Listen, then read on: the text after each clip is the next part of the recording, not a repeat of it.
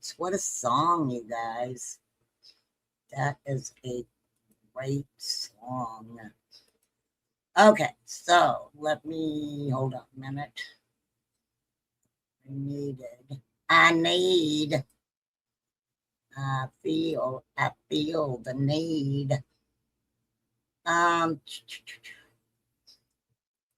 Hold on, I've got a subject I want to talk about. I just got to find it now.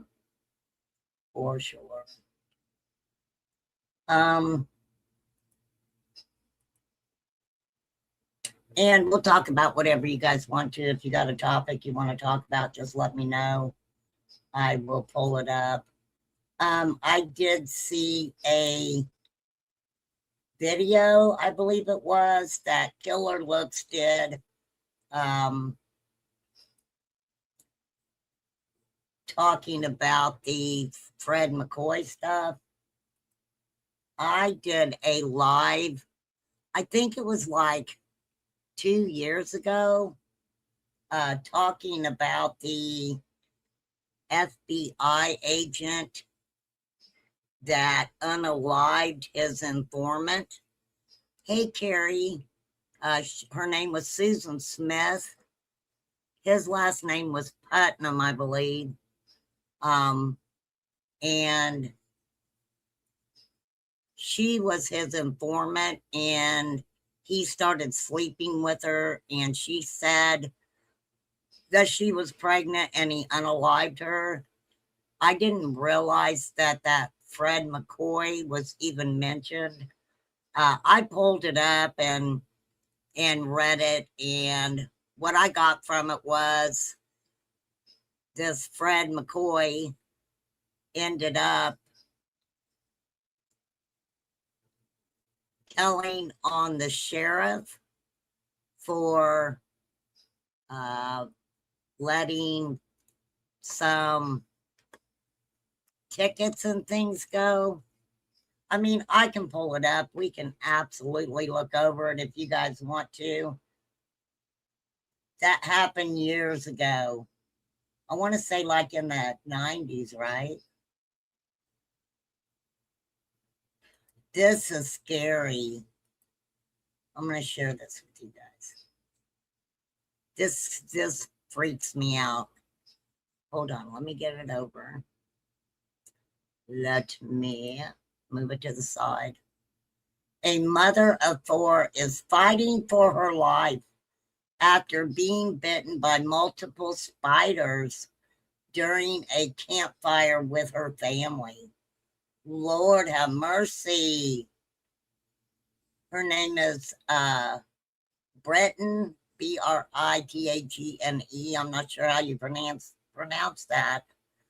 Underwent surgery and now needs a liver transplant to survive.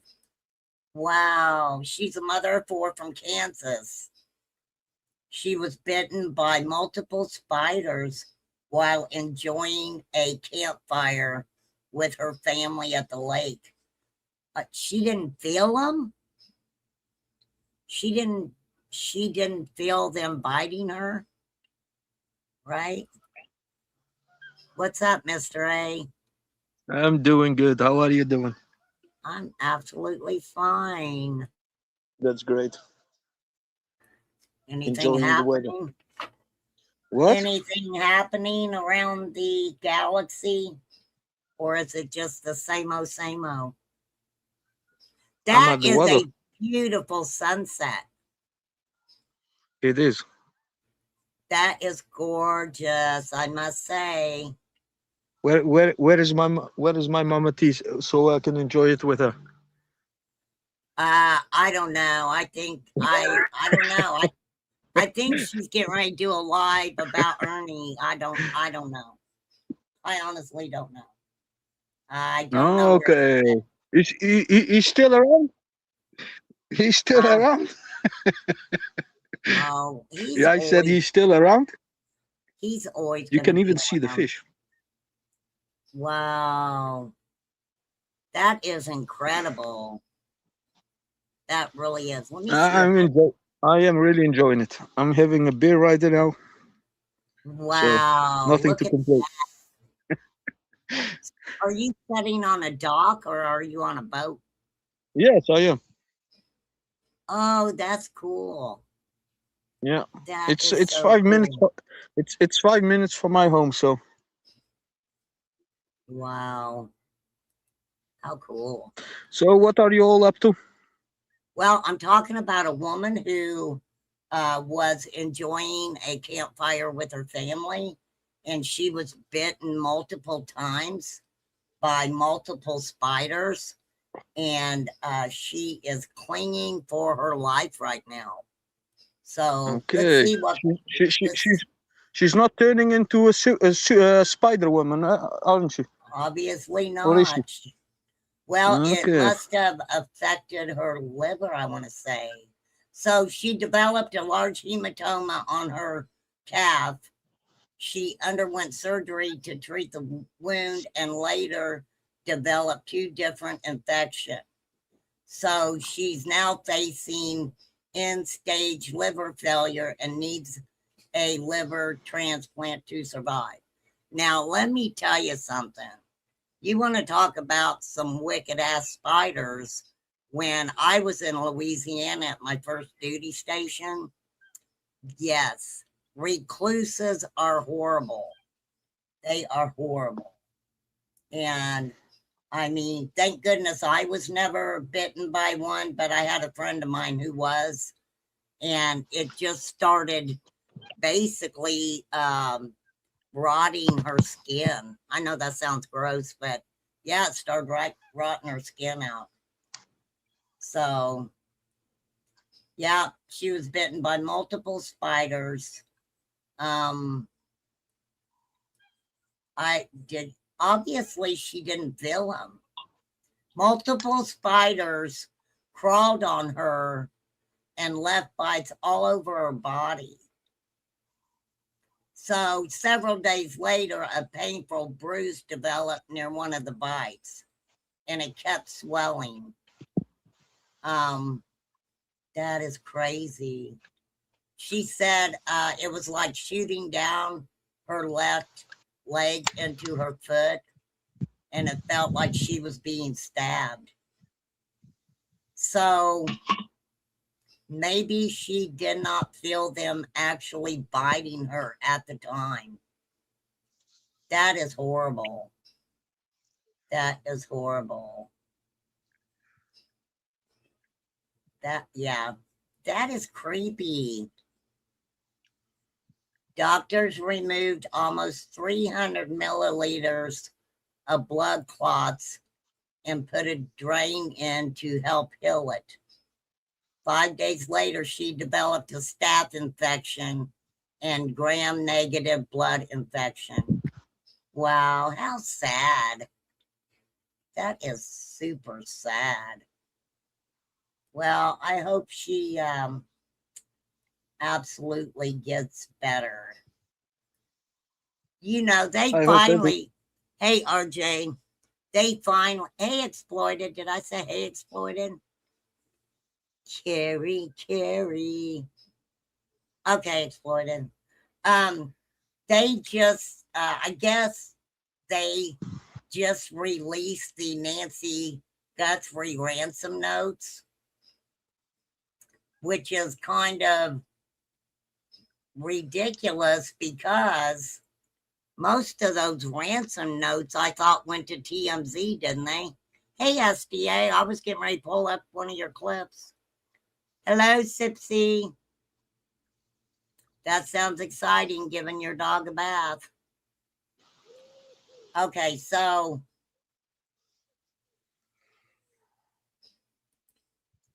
TMZ kept reporting. Oh, really? Well, I am not paying you People magazine for an article like that.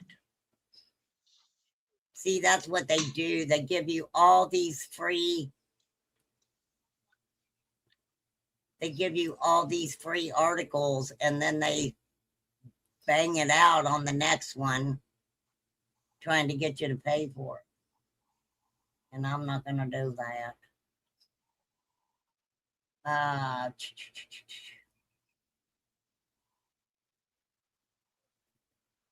Now, the Nolan Wells case, they are absolutely trying to make that into a racist thing.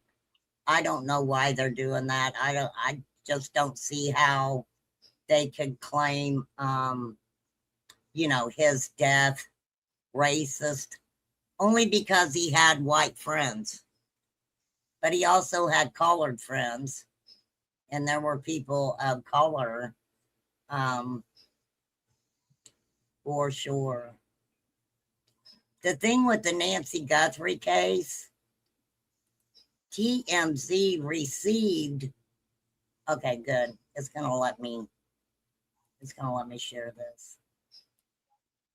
So they were released in full, and whoever was writing these ransom notes claimed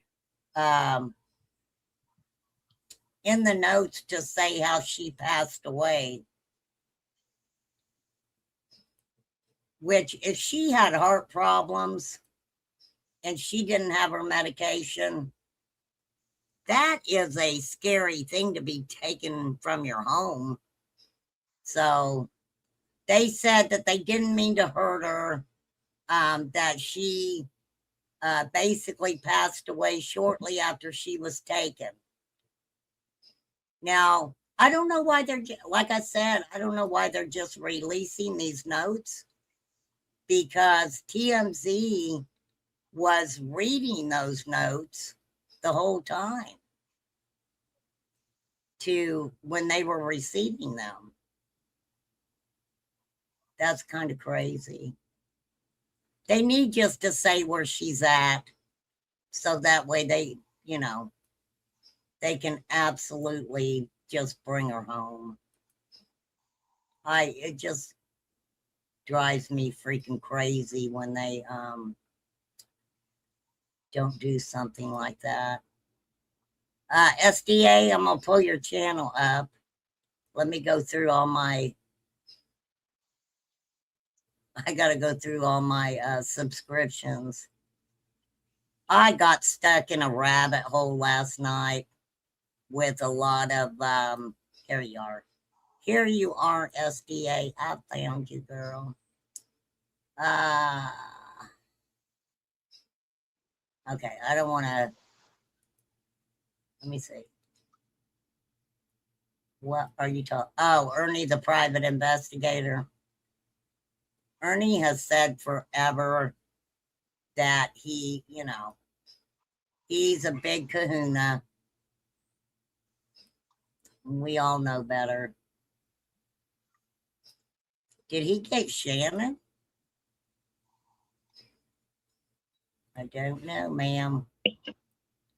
Okay, well, that's mostly your newer stuff's about the Ernie Shell. The Ernie Shell. Who's Charles? Is that Charlie K, SDA?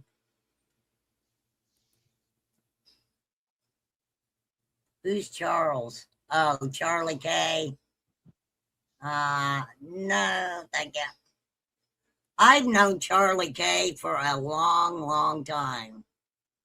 Right? I really have. Yeah, he's a big kahuna in his own mind.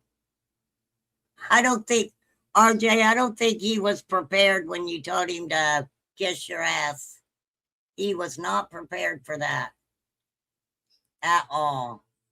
I'm just curious to see what happens when Candace finds out that they were very much aware of who the Hatfield and McCoy people, if I'm remembering correctly, they absolutely knew who Ernie Shell was, and they told Candace that they did not remember who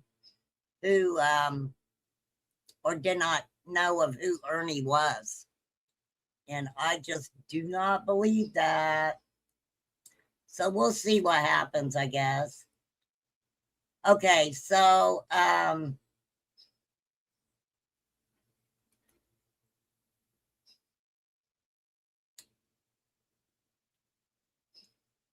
That was hilarious. Which part? Which part was hilarious, Carrie? I'm working and you make the time go faster. Oh, thanks, Truth Hurts. No, he wasn't. He was Shell. Oh, Ernie. Yeah, that was hilarious, wasn't it, Carrie? Good for you, RJ. Good for you. For sure.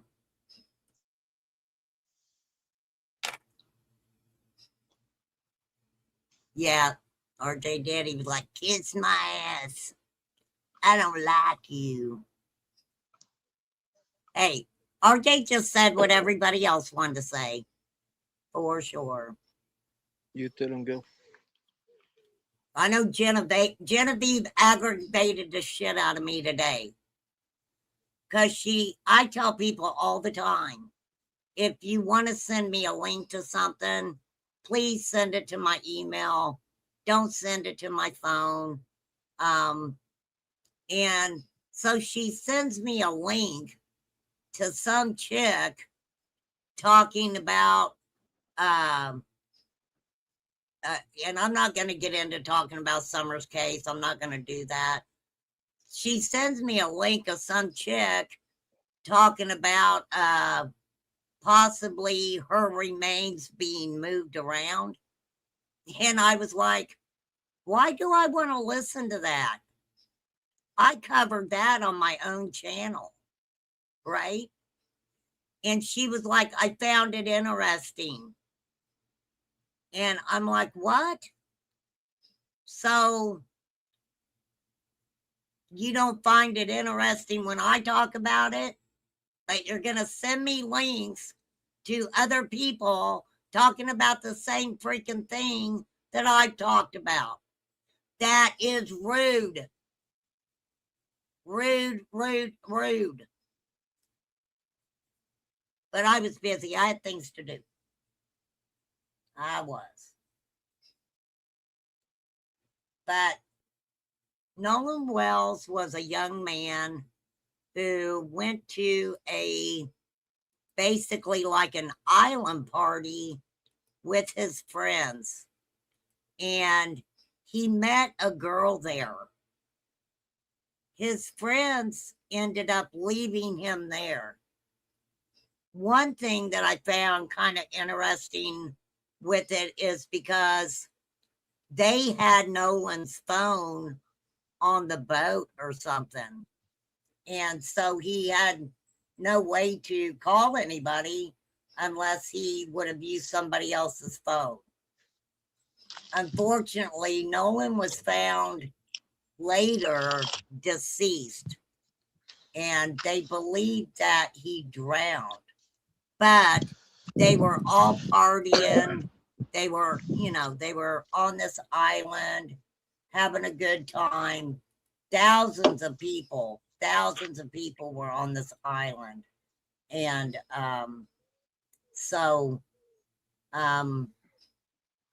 the friends have came out and spoke, but Nolan Wells's mother, she is basically being very accusatory towards some of the friends. So I guess we'll figure it out. What was weird to me was because the coroner did an autopsy, but the family actually paid for their own autopsy. So, I mean, for sure. I don't know what you're doing, Mr. A. I'm gonna mute you for a minute. Oh, I'm getting on my electric bike. That's what I'm doing. Then I'm going to ride home. Okay. But I'm going to take you with me, so no worries. All right, we're going for a ride. Mr. A's taking us for a ride, you guys. So, I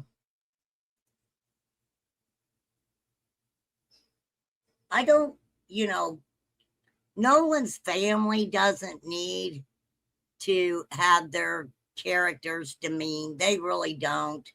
And neither does Nolan's friends. It's weird. Yeah. So that is a case I've kind of been following with a lot of other cases, but he's only 18. He's only 18 years old. They do have, the family has civil rights leaders that have launched their own investigation. Not a whole lot is known. All they know is that Nolan stayed behind on the boat. I'm sorry, not on the boat, but Nolan stayed behind because there was a girl there that he was interested in. So that's where the friends seen him last. The one friend said that they continuously the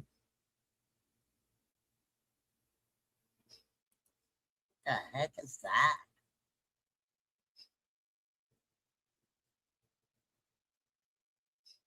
But somehow he ended up in the water. The friends were telling him to get in the boat. Come on, get in the boat. Hey, Lisa A. Listen to this. Okay, we all know Linda Blair from The Exorcist.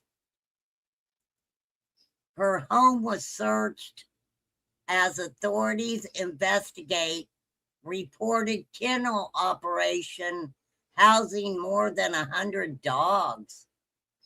What in the world would you do with 100 dogs? Authorities say the inspection was intended to evaluate the welfare of the dogs housed on the property and determine compliance with the county codes. Wow. She was extremely cooperative. Dang. Well, I guess they didn't find anything. So she must be taking care of her dogs. That's a lot of freaking dogs.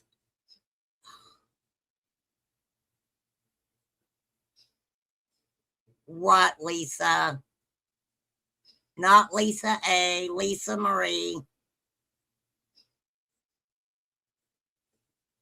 What is it, girl? That you, I hard telling. Hard telling what she wants me to look at.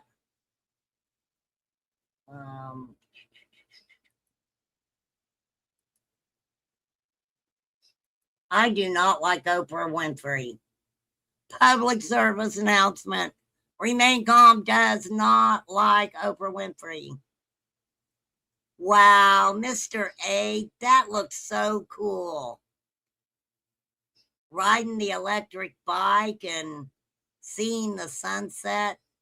That is so cool. That is cool, mister. I will say it 1,000 times.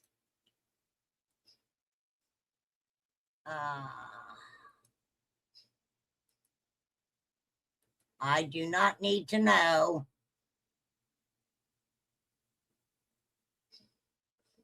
So a man who was wrongfully detained in the Nancy Guthrie case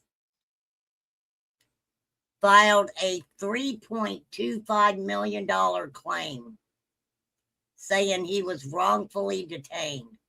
That's a lot of money. Woman found in shopping cart as baby learns the truth. I don't know what that is.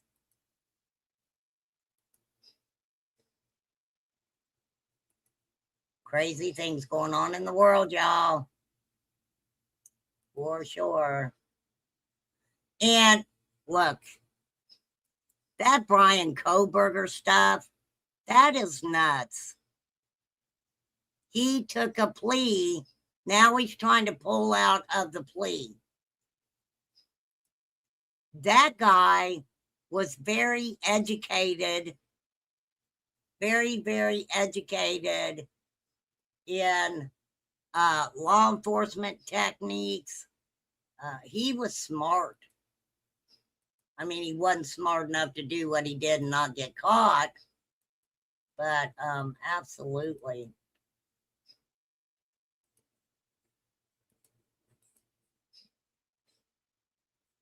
Body of 38-year-old woman found inside a suitcase in Greece 2 weeks after she arrived in the country.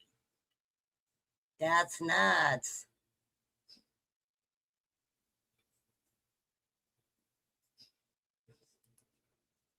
It's scary. I don't know if I would ever travel.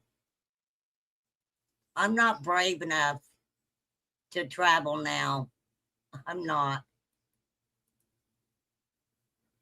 I am just a little bit too old to be traveling too far away, right? Oh, a baby tracked down their birth mother.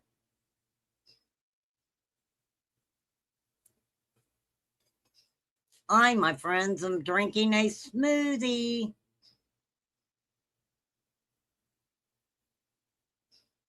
But I think I need some more strawberries in it, right? Yeah, he's trying to get his plea deal thrown out. Trying to get that plea deal thrown out. I don't know if they will do it or not, but now we're going home. I took you all outside the road. yeah, that's cool. Thank you for the ride, Mr. A. For real. Well, that guy's sick in the head anyway. He reminds me, what was the guy's name? Wade Wilson. Wade Wilson. He was a creepy, he still is a creepy guy.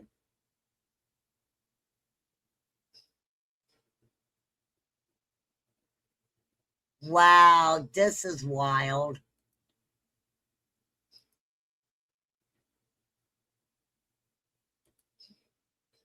Couple found bound and fatally shot in Guatemala sugarcane field weeks after his deportation from the U.S.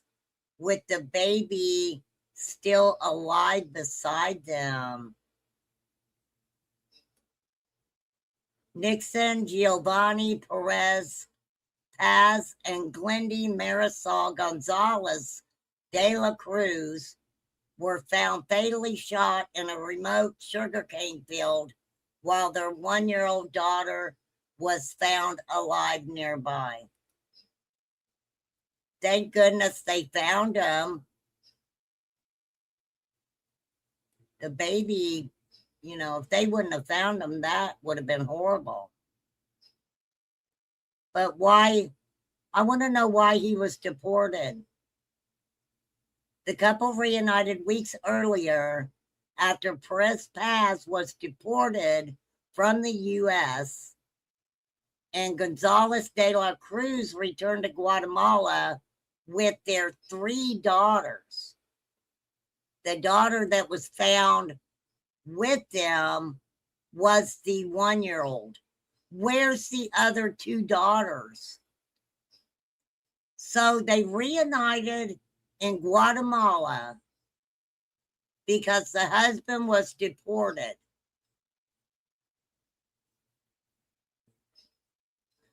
They recently had lived in, it looks like, Missouri. Where's the other 2 girls? They were found, trigger warning, with their hands tied behind their backs. He appeared to have suffered a pew-pew wound to the neck, while she had a wound to the head. Police did recover shell casings, a shoe, and a motorcycle from the scene. The couple's 3 children were placed in the care of extended family members. Where was the other 2 girls when they were unalived? She returned to Guatemala with the 3 girls to reunite with him. Last year is when he was deported by U.S. Immigration and Customs Enforcement.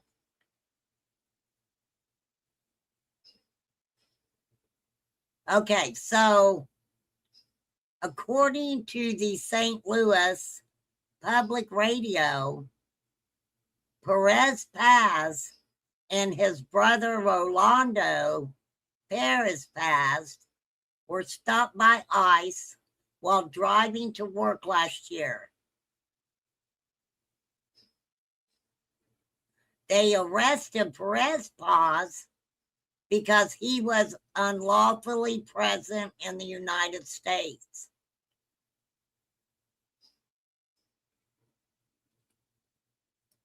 She decided she was going to reunite with her husband. Wow. That's crazy.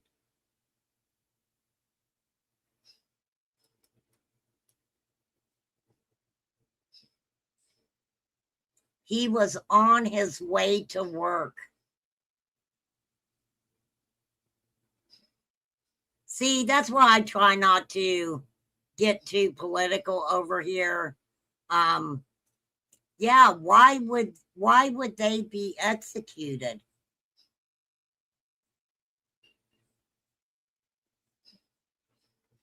That doesn't, I mean, why?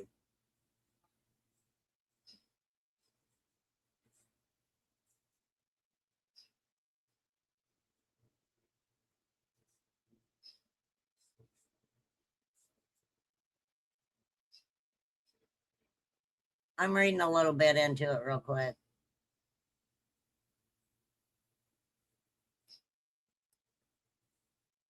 So he hadn't broke the law at all. It was just because they got pulled over. That's crazy.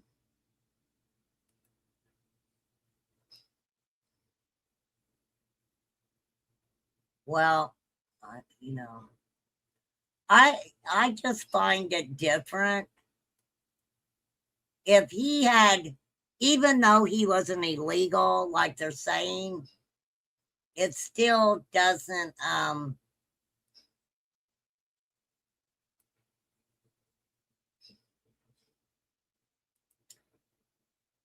crazy. No, Carrie, it doesn't. It doesn't say why they were pulled over.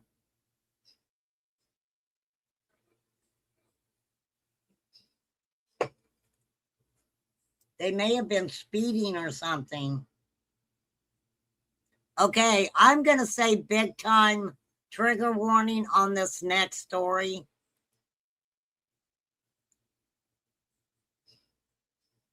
An Amish man unalived a woman during him RAPing her, then offered the family help with funeral plans.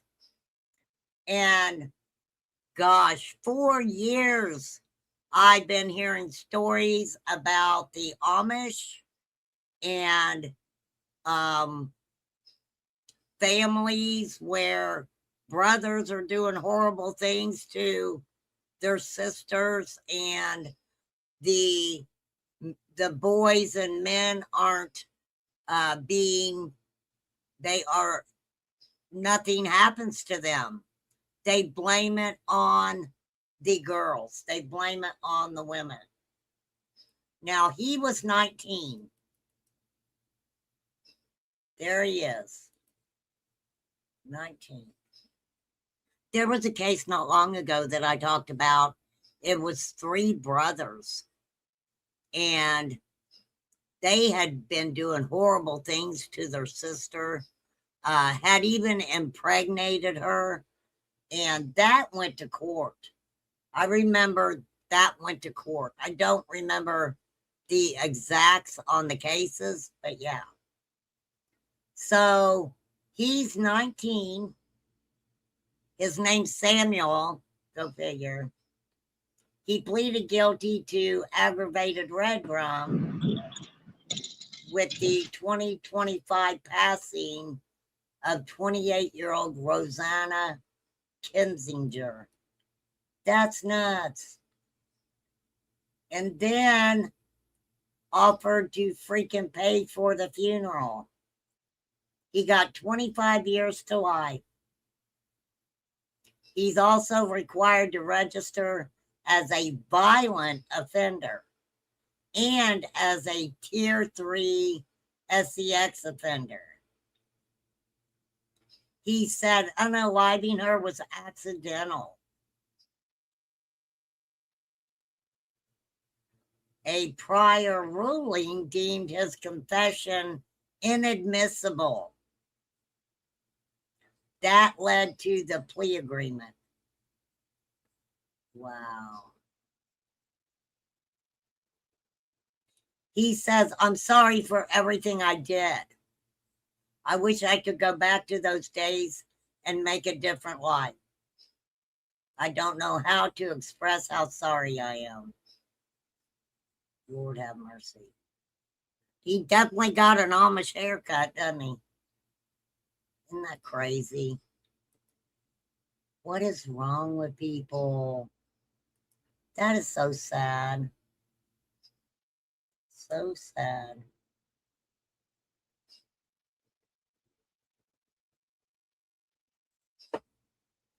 Life is pretty messed up.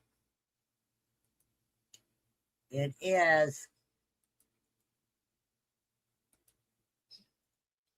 I just think we talked about plea agreements before.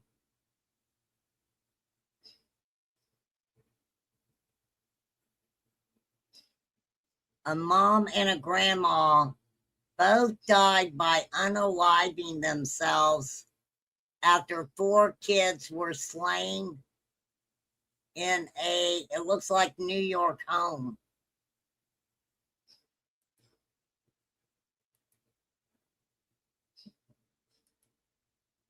Mom and grandma both died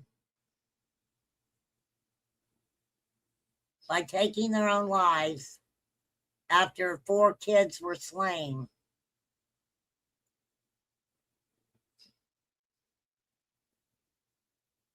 Sarah Myers and her mother, Amy Stedman, unalived themselves before they, along with Myers' 4 children, were found unalive. What? So did she unalive the kids?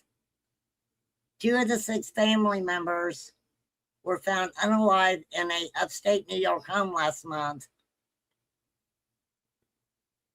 where they were found after they took their own lives.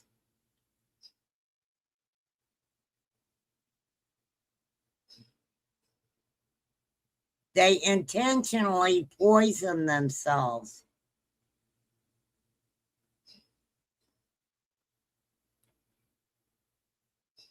What happened to the kids?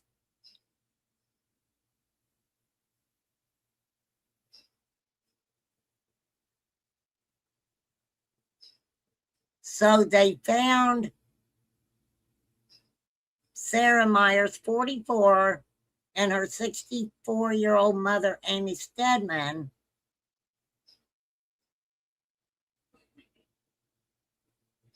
who apparently poisoned themselves along Myers' 4 children.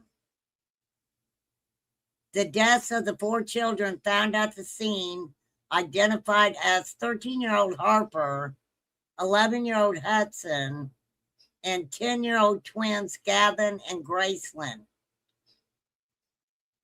Their deaths are being investigated as a homicide. One of the children was fatally stabbed. They believe the others were poisoned. Oh my gosh. Oh, rest in peace, babies. Oh, she's holding a black. You can't see, but she's holding a black cat for sure. YouTube took your account. Why did YouTube take your account?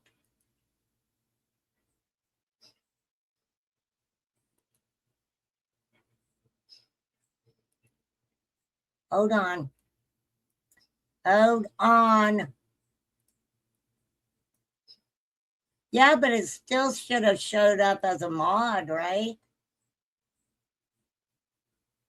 I mean, that is you, right, Mr. A?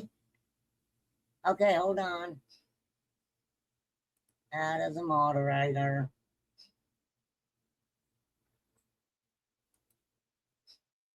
Why did it take your account? There, you got it. Oh, you think Ernie's been reporting you? Were you over on Mama T's at the same time? Did you go to Mama T's? I think she's live.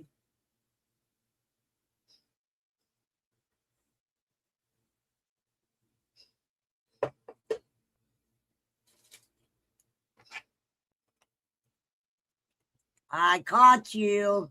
You just got caught. You were really over there loving on Mama T.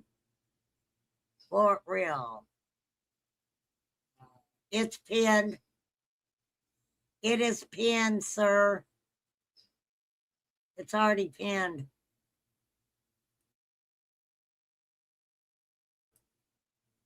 You should already be subscribed.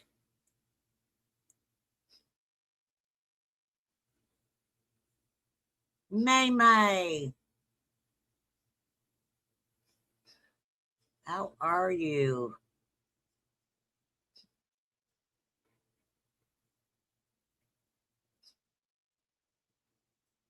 Justin,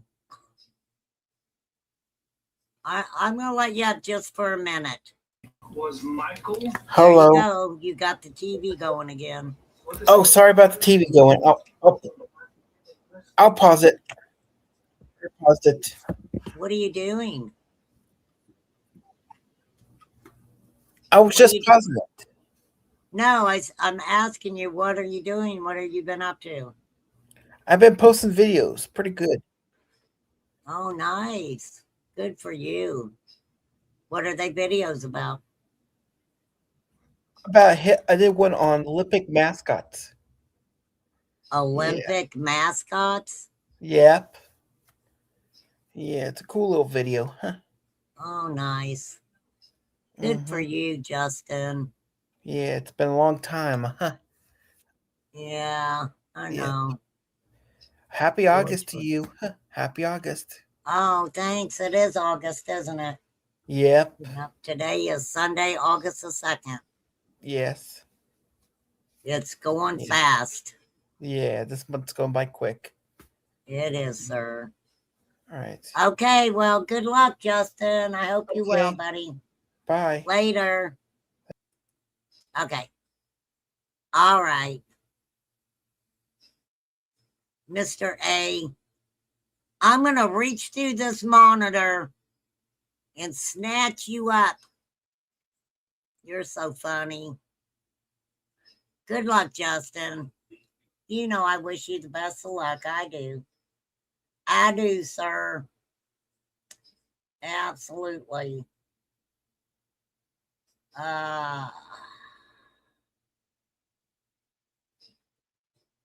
Wow. No way. Okay. Ooh. Okay. I thought this was the the star, Dee Warner. But Dee Warner was missing for years before being found unalive in a fertilizer tank. No, that is not the actress. The one who played in Cujo. In May, her husband, Dale Warner, was sentenced to up to 70 years in prison. Wow.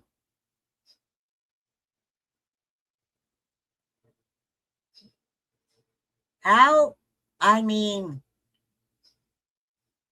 in a fertilizer tank? Right? Yes, I agree, Mr. A. Justin is a lot cooler than Ernie. For real. For real. I was looking because I thought that Blige usually puts out like a video a day, and I didn't see her post any.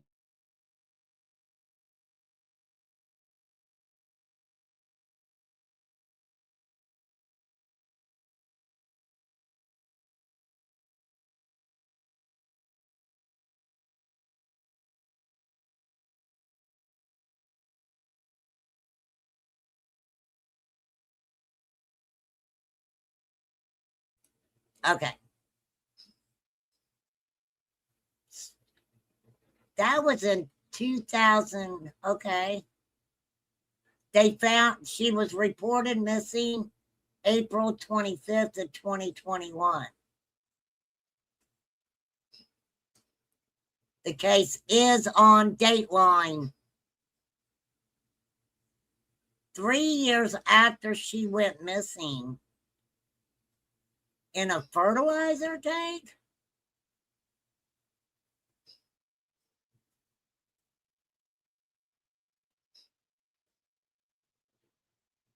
What the fuck is a bourbon virus? I ain't never heard of a bourbon virus.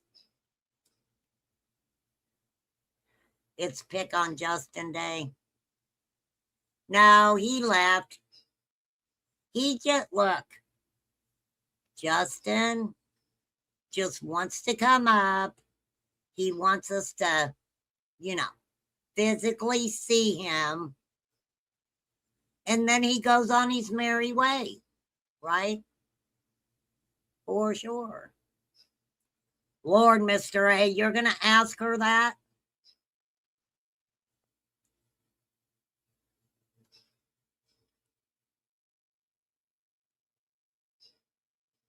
Yeah, I like Justin. There's just times that, I'm talking about stuff and yeah, he just comes up and says hi. He says hi and bye. First case of bourbon virus, which is untreatable and potentially fatal, confirmed in New York.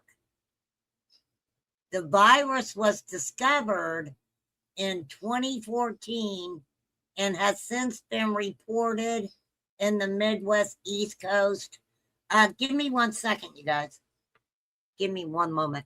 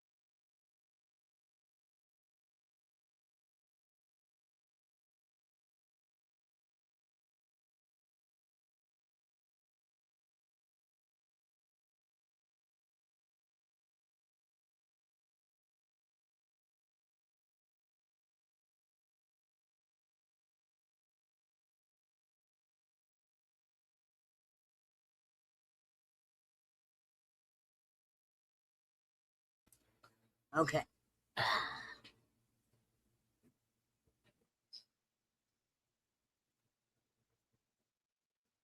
Justin leaves.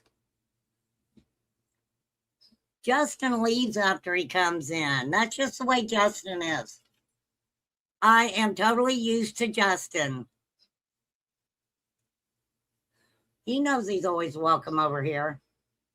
I just don't let him up every time. Okay. So you must get it from ticks. That tick is a Lone Star tick.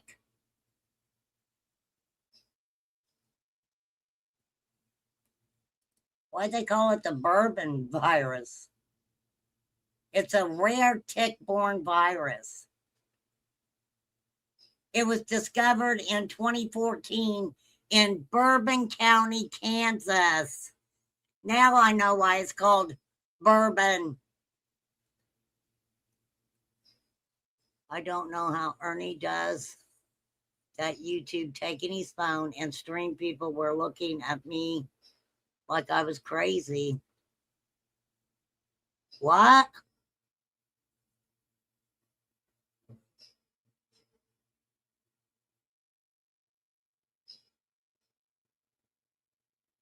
Were you on Ernie's panel? I'm confused. I am confused, loved in a real way. Hang on.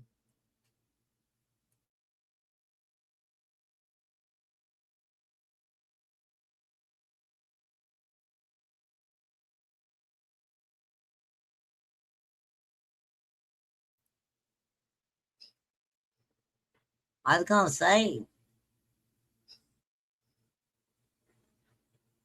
that is why it's called bourbon. I thought maybe somebody got some bad bourbon or something. For sure.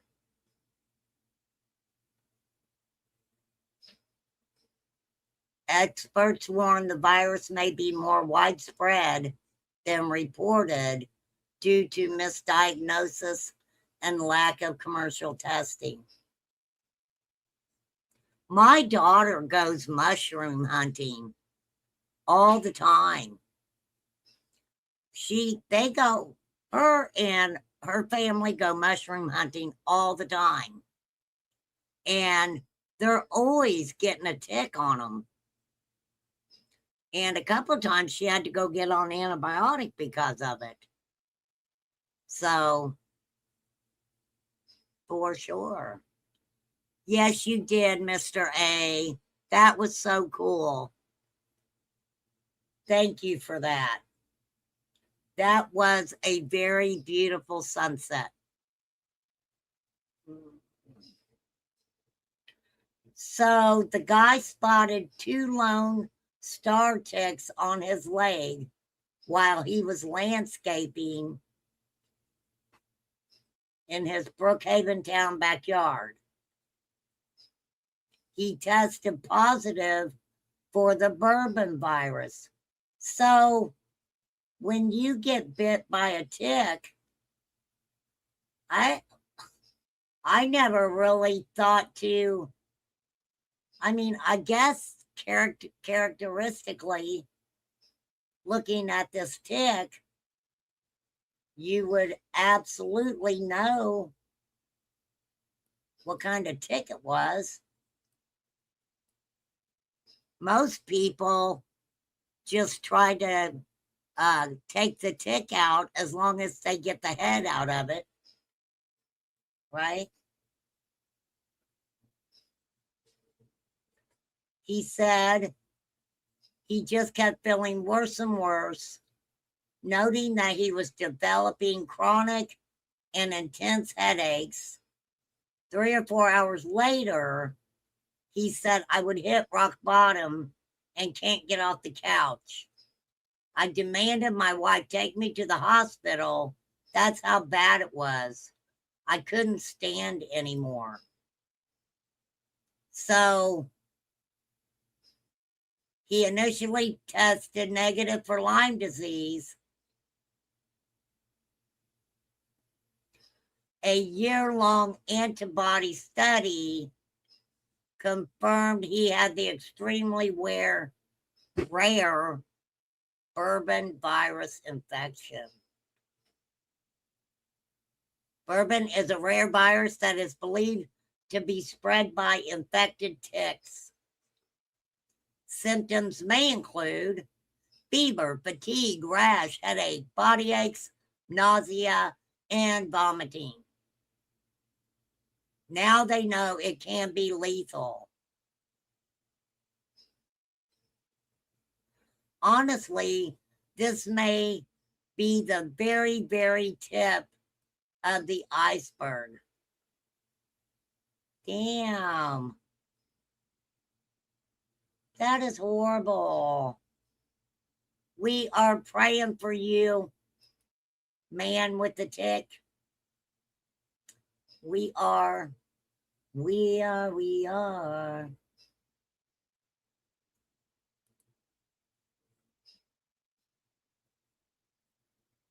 Uh,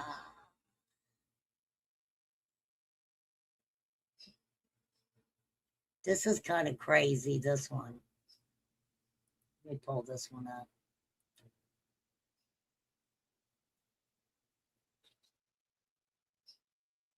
All right.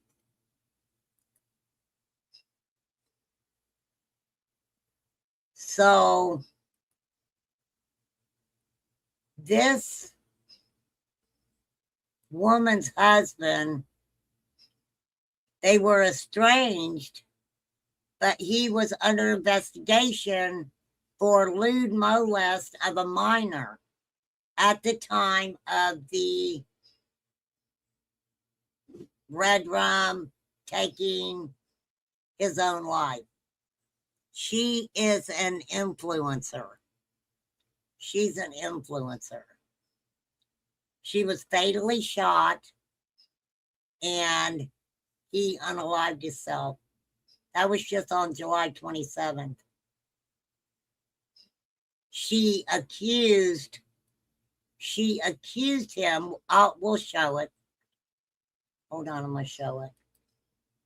Let's see what she has to say.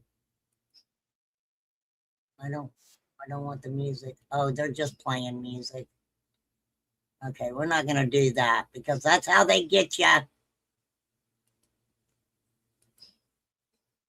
So she, shit.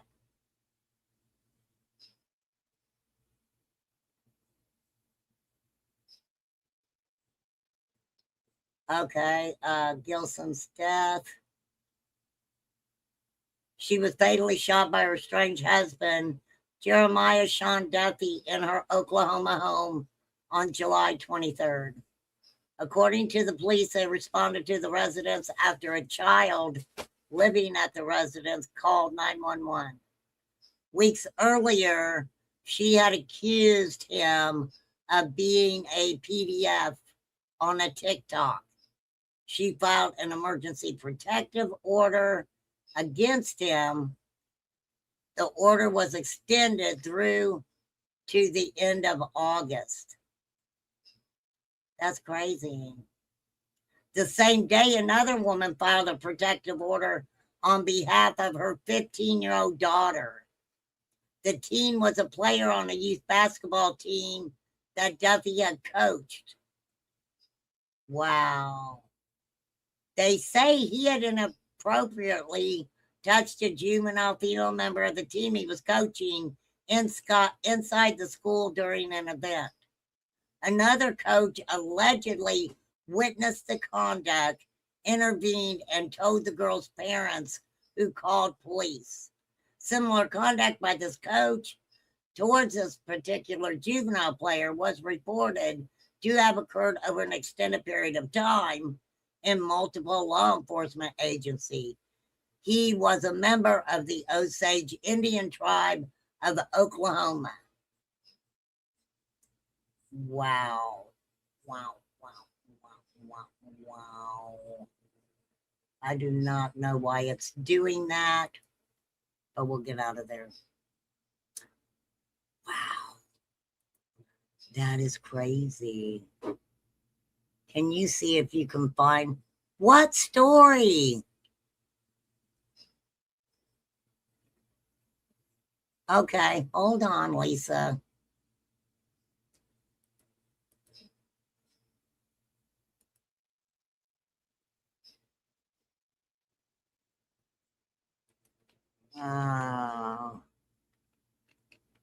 Parents leave children in car while mushroom hunting. Da da da. Okay.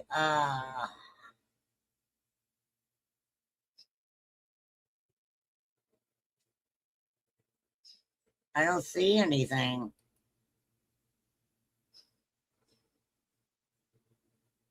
I don't see anything talking about it. Parents leave children in car while mushroom hunting. Then why the hell you want me? It might have been years ago, but even putting that in there.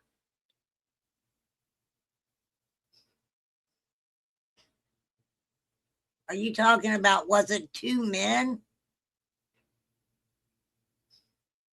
Back in 1998?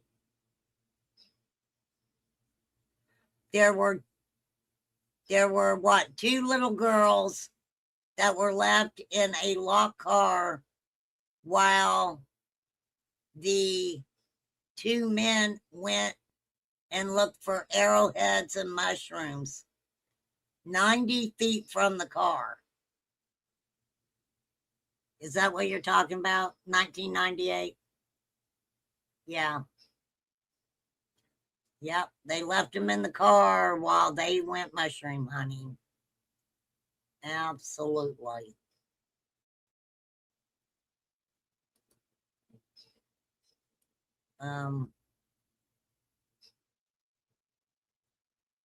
It was so hot, trigger warning. Here, I'll pull up the article.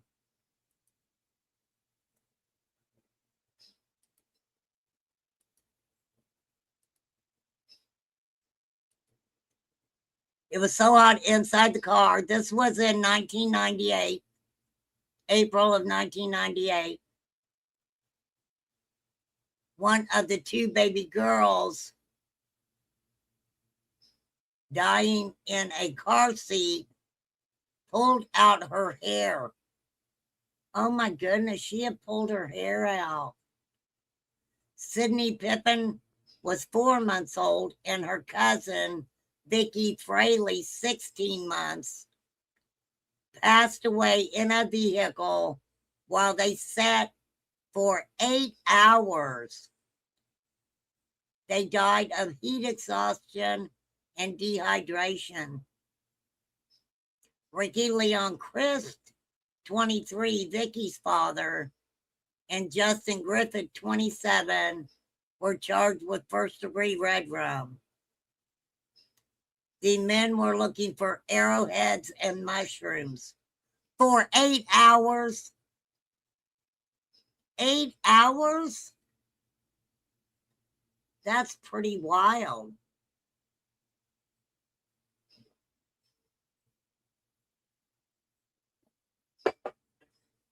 Pretty wild. They were held on charges of manslaughter and endangering the welfare of a child. They say they knowingly caused the death. It was turned into red rum charges. The men had parked along a dirt road to do their searching near a cave. The car windows were rolled up. That's freaking crazy. For 8 hours?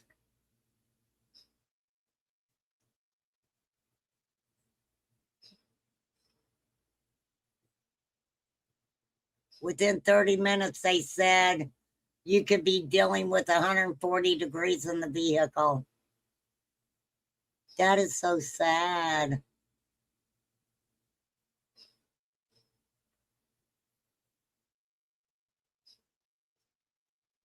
The mothers could not find childcare. The two women were at work. They did seem to be remorseful. That is crazy. Oh, thanks for sharing that story, Lisa. Sage, I was watching something of yours last night, girl. I kind of went down a rabbit hole on some things. I did. I went down a rabbit hole. I'll have to pull up my watch later list. I will. That's some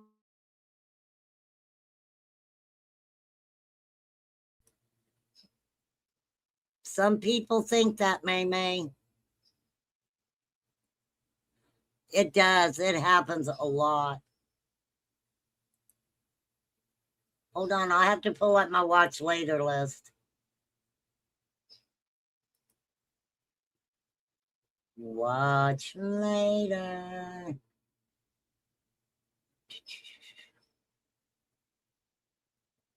Hold on.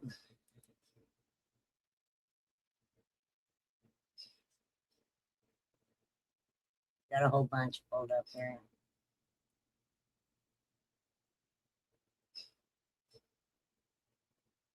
I think it had to do with, Candace Bly, Outlaw Trucker, The Glare, Benny Keys, and Ernie Shell. 4 years ago. 4 years ago. You were talking about it. It was interesting, right? I was saying that my daughter went mushroom hunting. Absolutely. Hang on, I'll show you, Sage. That was separate videos. What do you mean it was separate? I mean, you were talking in it. You didn't you were commentating on it.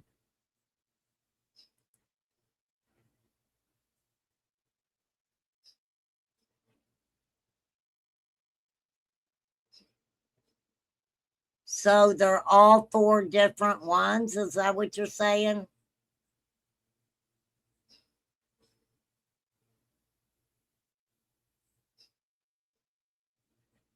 Is that what you're saying, ma'am?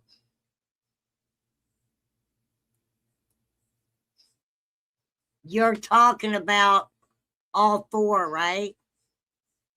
Where Candace was making the circuit, flirting and playing damsel in distress, commentating in several videos.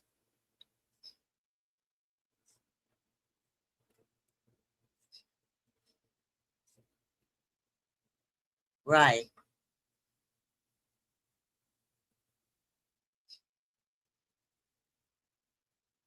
I have been pulling up all kinds of different stuff.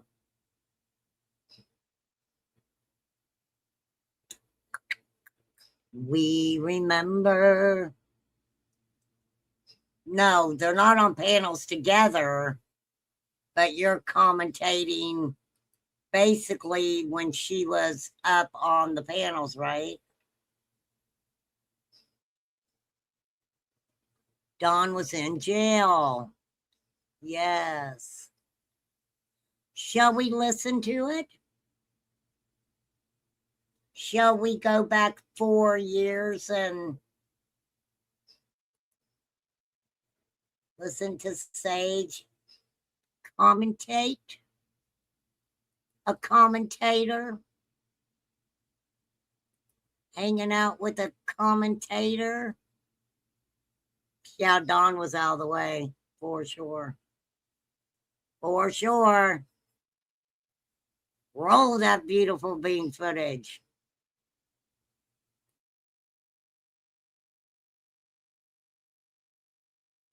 Me too, Sage. I'm like that too. I don't like to hear myself.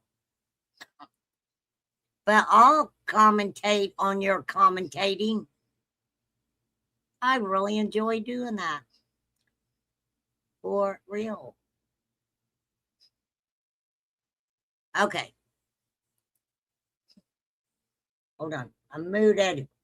So I'm going to apologize for that.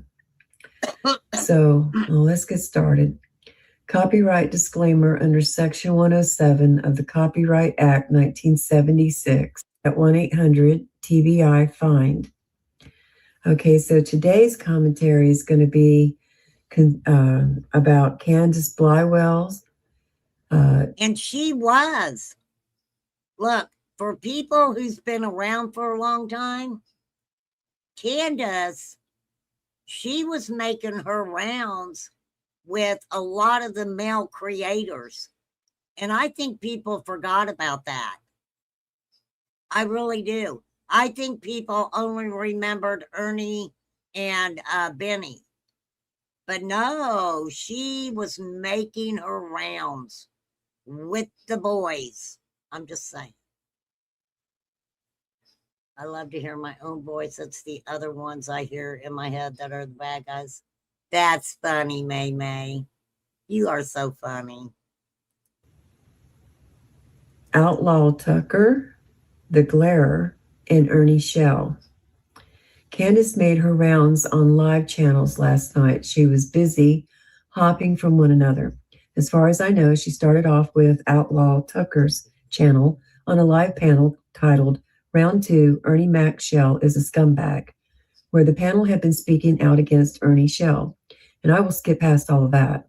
And see, I mean, look, everybody can look at Candace and Ernie in a certain way.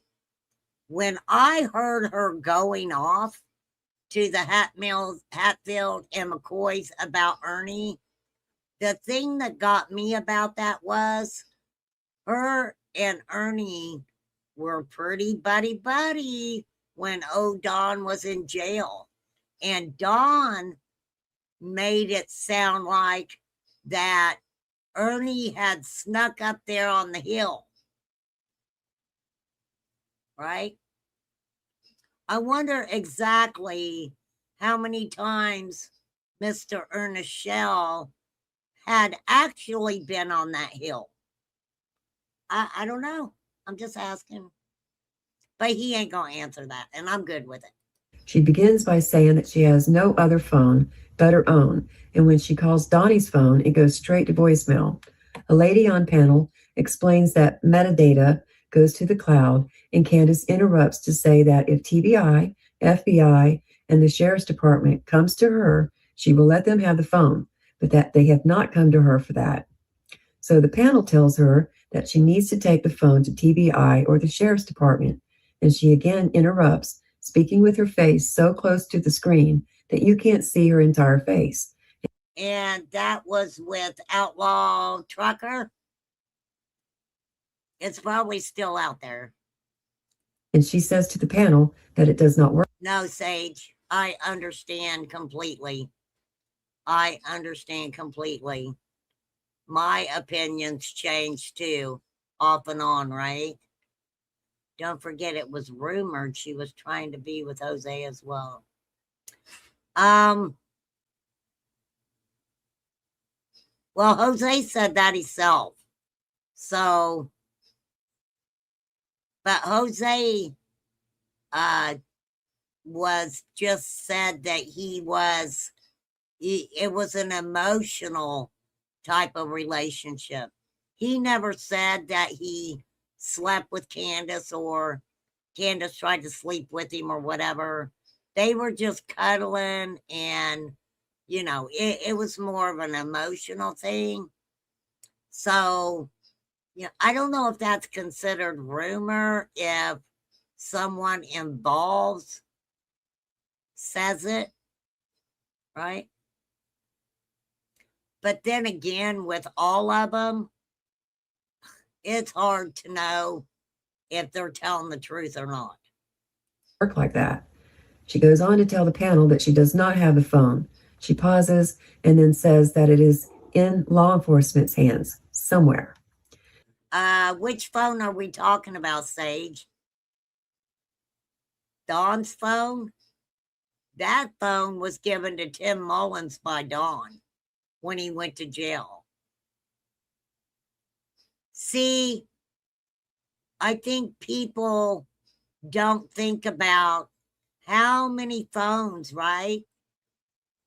How many phones did they actually have? Now, Candace, private investigators are not law enforcement. You know that. I know you can't possibly think that. And then she goes on to speak about Ernie and that she isn't about any YouTubers. She is about her daughter. So they go on to tell her that what she is doing might hang her ass, as they put it, and that they're trying to help her. Candace is getting that same story from all directions. My advice would be for Candace to go to TBI, tell them who had the phone, tell when they got the phone, what they did with the phone, and who has the phone now. That is the way to protect yourself, and you should have done that as soon as you were told that information had been downloaded from the phone just to protect yourself. That is it sounds like they're talking about Dawn's phone that he gave to Tim Mullins when he went to jail. Right? He didn't leave it with Candace. He actually took it with him and gave it to Tim Mullins. Candace said she never looked at Dawn's phone. I know a lot of people blew her shit over that, but honestly, you know, when you're with your partner for many, many, many years, now I never looked at Todd's phone. I never had a reason to. He had a lot of pictures of, you know, houses that he worked on, and a lot of his contacts were, you know, people that he worked with, or he had to call to, you know, subcontract some jobs out or whatever. So I never looked at Todd's phone, but I can almost guarantee Don's phone probably had a lot different things on it than what Todd had on his, for sure. By not doing so, appears that you have knowledge. Better late than never, Candace. Are you scared that you will be questioned and you can't handle that, and that is why you avoid reaching out to law enforcement and expect them to reach out to you instead? If you told TBI or Lawson that you have a lawyer, no matter if that lawyer is for your boys or not, if you told them that you have a lawyer and was advised not to say anything, they will not reach out to you, Candace. By law, they can't. Yep. And that would account. Sage, that's what I've been trying to tell everybody. Once you tell law enforcement, I'm not answering your questions, whether you get a lawyer or not, once the word lawyer comes out of your mouth, they can't question you anymore. If I lost any of these contacts. Yeah, I get it, Sipsy. Jose was the town bicycle. Everyone had a ride. That's funny, Lisa A. Yeah, but it doesn't look like mine either, though.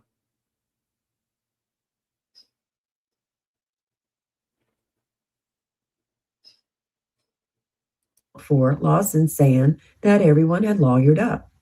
You said that you said that. So there you go. Do you understand? Because there's a difference. Now, I'm not going to pull it up. You guys can pull it up.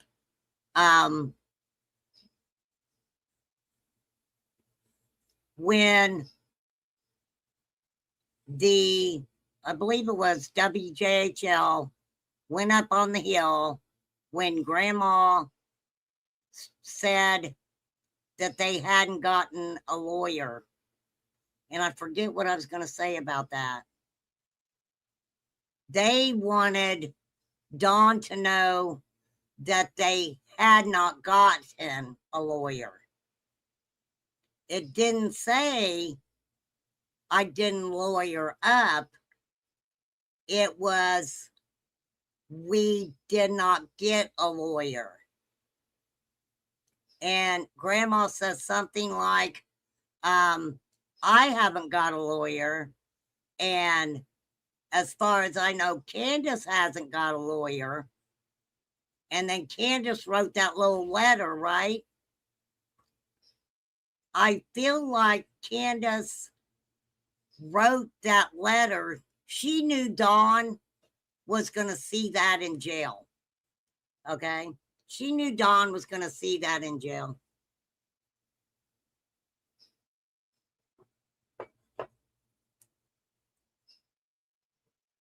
So you can say you're going to get a lawyer without getting a lawyer, right? And now, I think you do and have always understood. Anyhow, so Candace goes on to ask the panel how she is going to hang herself when she hasn't done anything wrong. Well, Candace, you're obviously making no effort to help law enforcement find your daughter by any means, and that makes you look guilty. She is asked by the panel if Chris, the private investigator, has the phone, and she said that she's not naming names, that she's not allowed to name names. What? She's not naming names. Oh, she just kept calling them the uppers. The uppers told me, right? This is when she was telling everyone she was leaving Dawn. One interesting thing was, and I can't find it, but Justin, Clutch Them Pearls Justin, Kathy the friend, sent him a screenshot or something of it was like a Dear John letter to Dawn while he was in jail.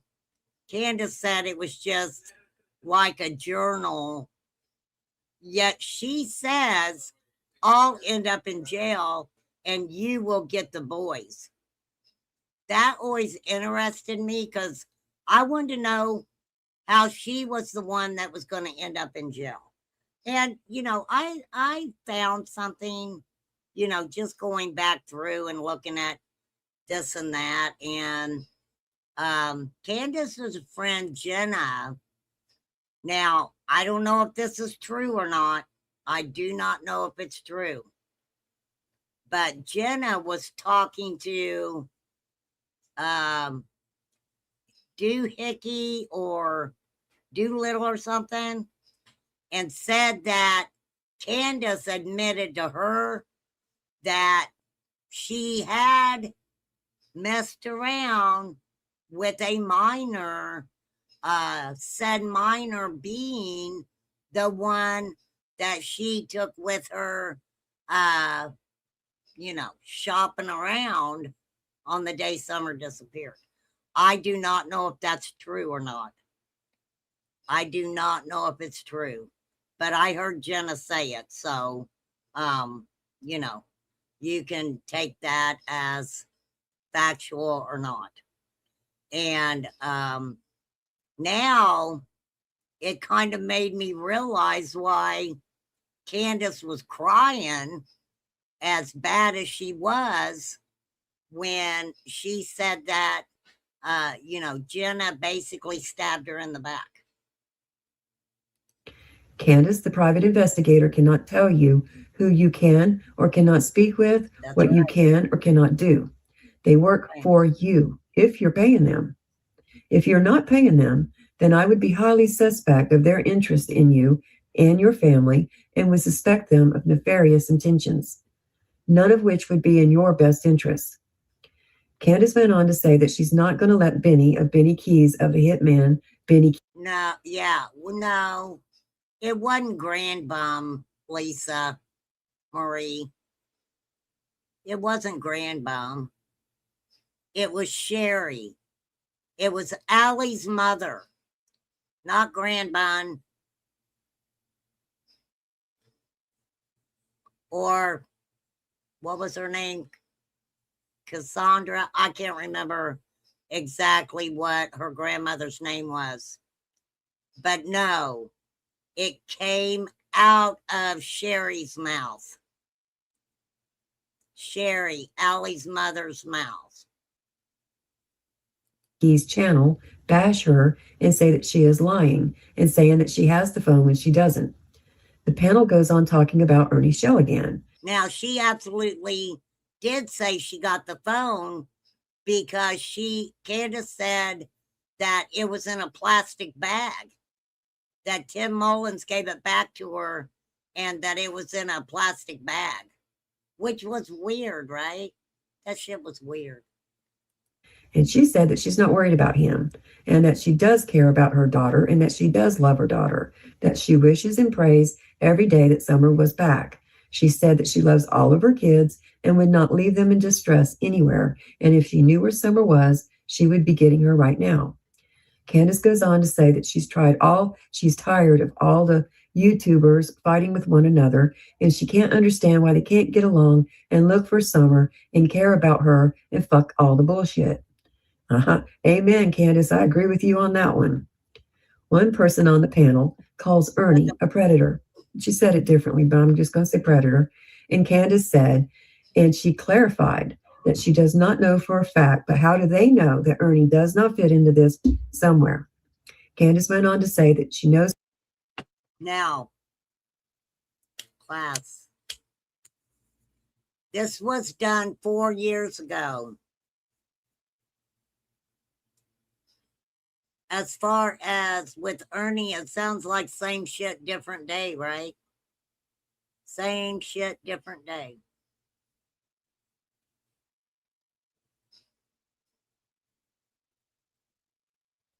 And for Candace saying she didn't know what happened to Summer, she very quickly allowed individuals that she did not know to come to 110 Ben Hill Road, didn't she?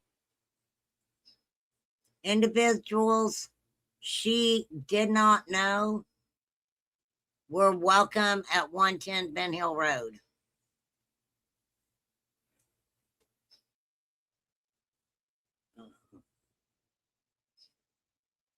You usually did a video a day or two of them airing.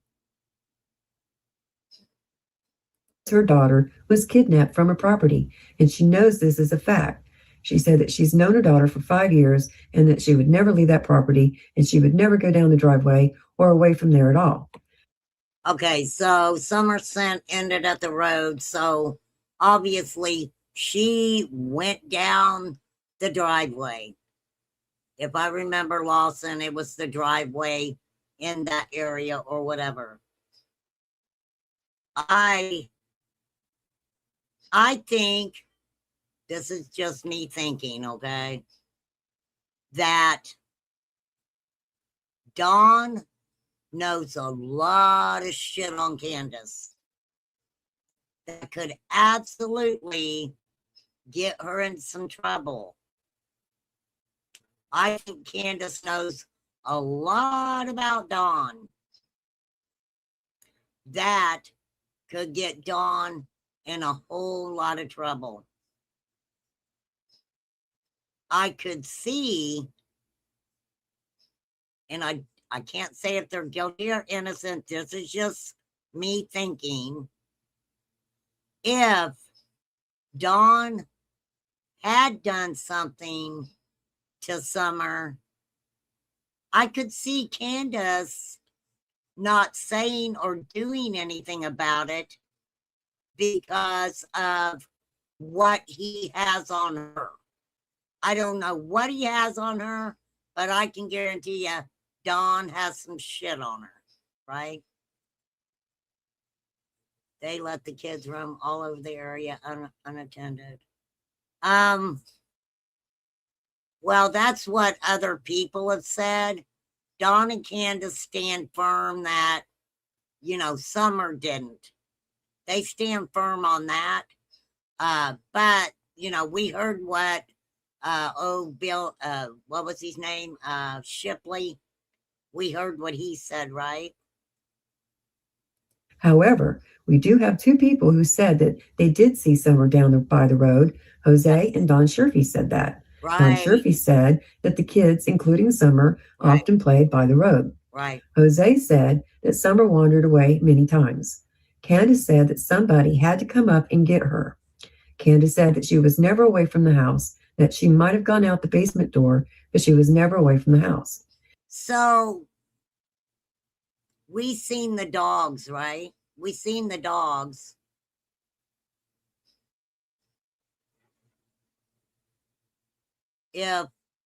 Because Candace is saying that she was physically on that hill, as was Grandma, as was the three boys when Summer went missing. That is what she's saying. If someone was on the hill, did the dogs bark at them for a couple minutes and then they quit barking? It just doesn't seem to me that if the script is on point, how someone could have been up there hiding out without Candace or Grandma knowing it. It just doesn't make no sense, right? Candace said that Summer would not follow one of the puppies. Candace said that none of her kids left the house. Well, Jody Sue said that they did, and that they felt free enough to walk into her cabin and take food from the fridge. Thank you, Sage. That's exactly what she said. She said that she would be laying there and she would see little feet, right? That they would come into Jody's cabin and feel free to, get their little snacks or food or whatever. That's exactly what Jody said. Don said that the boys were allowed to leave, but had to have a walkie-talkie and knives with them and to stay together. Yep. Candace, you said that too. Yep. At this point, Benny Keys pops up on the panel, and I'm sure that Candace did not expect that to happen. The panel was speaking again about Ernie when Benny came on panel, and Candace was answering them by saying, "What person does not have a history or a past?" Benny interrupts and says, "I remember that, Sage. I remember that. What person doesn't have a history or a past?" "How do you know she was kidnapped, Candy?" Candace said, "Look, Benny, I ain't talking to you right now because I'm really upset with you right now." Benny replied that he was upset with her too. Candace said, "I'll talk to you later, dude." Benny said, "You need to turn that phone in. Both of you need to turn that data in." Candace is talking at the same time, and she said, "I don't have no phone but my own, and I'm on it right now." Not true. She told us later in Ernie's live that she had an old phone with photos on it. And then there is Don's phone, and what other phone? Don't forget about the phone that she had TikToks that proved that H did TikToks. That was in the Chris McDonough interview. Phone Don may have used, which I am sure he had two phones. Candace told Chris McDonough of the interview room that she had two phones also. Benny asked Candace why she doesn't have Donnie's phone anymore, and a panel member answered for Candace, saying that she had given the phone to a higher up in the law enforcement. Candace went on to say that it had been 3 weeks ago. Benny said, "We talked about the phone 3 weeks ago, Candy, and you had it on the shelf in a plastic bag." Yes, I remember correctly. A plastic bag. Tim Mullins gave it back to her in a plastic bag. Candace said, yeah, that after she spoke with Benny that. And it was weird to me how the, oh shit. I was going to say something about the phones. I can't remember what I was going to say. Thank you, Sage. I just had this on my watch later list. I I hadn't intended on talking about this or going over it.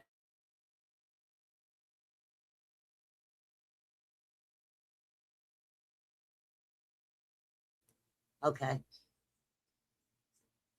Day, it was gone that day. Benny asked, was it? Candace replied, yeah. You don't talk to me on a regular basis, Benny. You don't know. Benny said to Candace that he sure does know, and Candace said, you sure as fuck don't know. So again, the conversation is interrupted to speak about Ernie, and Benny agreed to what the person on panel had said, and the question was already spoken of earlier, so I'll not repeat it.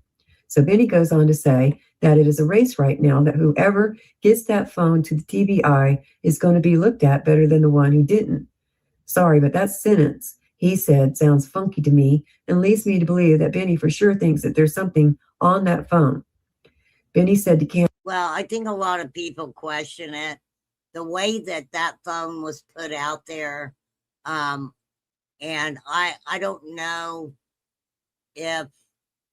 if anybody has the conversation that Benny had with Tim Mullins. I've got it transcribed. It was kind of put out there as in what pictures were on the phone. Were there inappropriate pictures on the phone?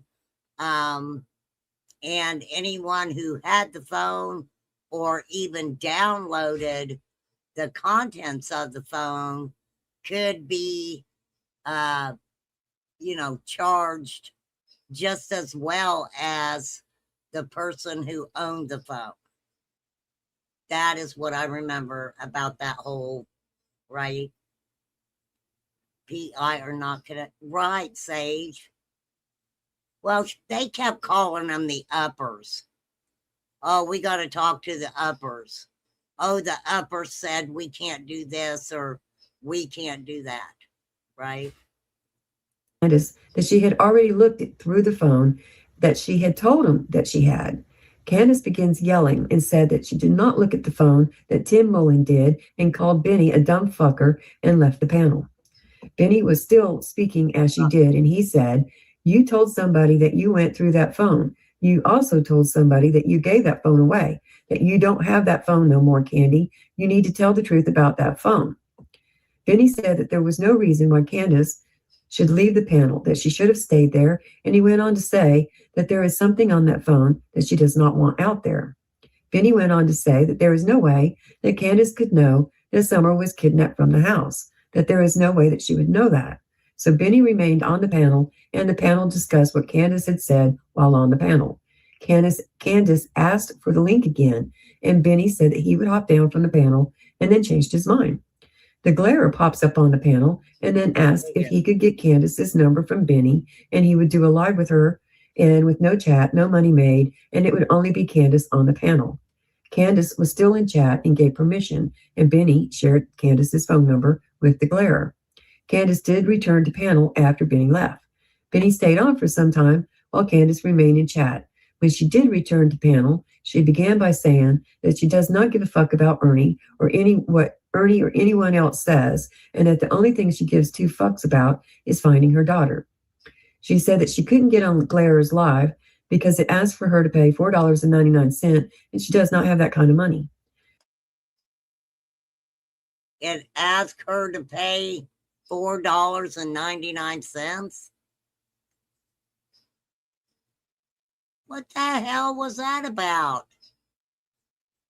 I never seen where anybody had to pay to go up on a panel. I ain't never seen that before.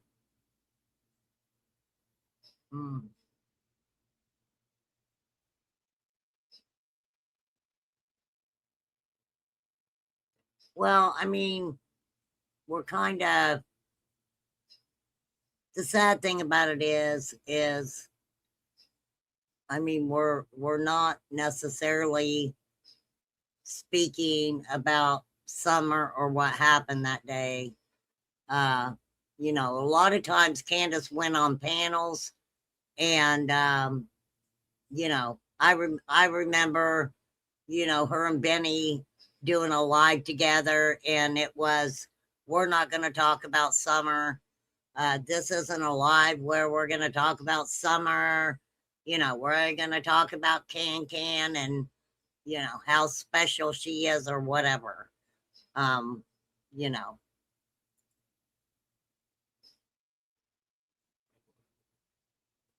I don't know, Chris. I've never, no, not unless he switched it to members only. But if it's members only, you would have to have the link sent to you, right? Wouldn't you have to have the link sent to you? I don't know. She did do one live with the glare afterwards, and he was real nice to Candace. Yeah, there was a couple other people that I remember, Sage, and I can't remember who they are right off the top of my head, but they were really nice to Candace too. They were nice to Candace too. She went on to say that she does not care about YouTube, all this money. All she cares about is finding her daughter. She continued to say that she does not have no phone but her own. The woman named Dragon went on to say again to Candace that they want to protect her from Ernie. Candace asked if they really want to protect her or just use her for content. Now remember, Candace asked to go on panel, you guys. Dragon wanted to talk about Ernie throughout the whole time Candace was on panel, and Candace wanted to talk about the phone and Summer. Candace again brought it back to Summer, her boys, and said that she does not care about the money or the media, YouTube, or any of that crap. Candace was still upset over Benny saying that Candace has had the phone, that it was bullshit. Candace said that if she had another phone right now, she would call Donnie's number and prove that it goes straight to voicemail. That Donnie hasn't had it in over 3 or 4 years. And I have seen that. I absolutely, I mean, there's a video out there. Candace is just, she's upset, and she says, I don't care about the money. I want to get my daughter back. Because a lot of times, you guys, believe it or not, and this is my opinion, this is what I seen,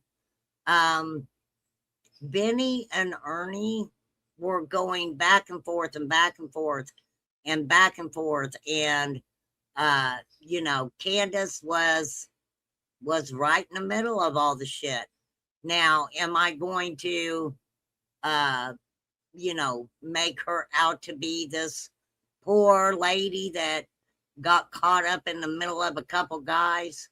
No, because I think Candace absolutely in those situations can handle her own.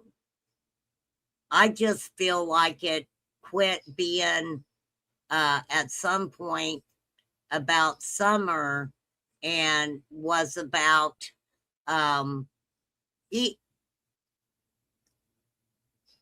this is what I seen. Benny and Ernie wanted Candace to say shit about, you know, the other one. That became kind of a thing. Ernie wanted to make Benny look bad, and Benny wanted to make Ernie look bad. Now, they may have made up now, but back then, and it's there. All you got to do is put it in your YouTube Google search bar, and you guys would not believe the stuff that pops up. For sure. Candace would have loved those two arguing. Well, I think, and this is just my opinion, I think it finally did get to the point where, you know, Candace was really starting to get frustrated with it. She was starting to really get frustrated with it. And, you know, Ernie absolutely wanted Candace to say that Benny, you know, made money and did not give her any of the money that, you know, allegedly was supposed to be coming to Candace or whatever. That's how the video came out of Candace saying, I don't care about the money. I want to find my daughter. So it was just a bicker, it was. I'm sure anybody who followed, the case back then, and that's why I always try to explain to everyone some things you have to put to the side. You got to put it to the side. It had nothing to do with Summer. Now, did the phone that Tim Mullins have, that he downloaded it, have anything to do with Summer? I don't know. Nobody ever seen that phone. As far as I know, nobody to this day, except for Tim Mullins, has seen that phone. No one knows exactly where that phone might be, for sure. Then she hooked up with Daisy. Well, I mean, there wasn't nothing. Let me say this. I'm not a Candace fan, but if people want to be friendly with Candace, that's on them. That is completely on them.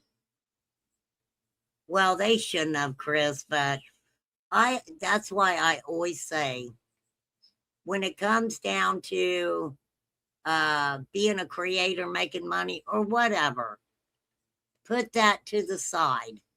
You have to put the money to the side. You have to put individuals from the area that were bickering back and forth. You got to put that to the side. So many things you have to, have different categories. You really do. And unfortunately, when you put all of that shit to the side, it doesn't leave a whole lot. It doesn't leave a whole lot, for sure. Since he has been in jail, and it goes straight to voicemail. And then it gets disconnected because it's a prepaid phone that he doesn't have, and that he doesn't have the same number anymore. She repeats that the phone was given to her, that she does not know what is on the phone, that she did not turn it on, that she did not look at it, and it is not her personal phone. She said that Don might be her husband, but she is not going to go through his personal information. Now, I have to say this. I don't care if he's your husband or not. Your daughter is missing. And according to you, you do not know how she got gone. To say that you are unwilling to check your husband's personal information is beyond insane to me. Do you think she's scared, Sage? Do you think that after hearing Don say the horrific things he was saying about what could have happened to her daughter, do you think that she was scared to look at that phone herself? And if that phone had something on it that law enforcement needed to see, Tim Mullins downloaded that phone. And if Tim Mullins knew what was on that phone and he did not turn it in, and it had something on it that had to do with a missing child, what is that called? That is called, my mind's not working today, you guys. Well, I don't want to say interfering. He would be complicit. Thank you, Sage. Absolutely. Candace continues to say that she and Don have an understanding not to go through each other's phones. Again, I would say that having a missing daughter... Why would you have an understanding not to go through each other's phone? Why would that need to be an understanding? I mean, seriously, I never went through Todd's phone. I trusted Todd. That wasn't even a conversation.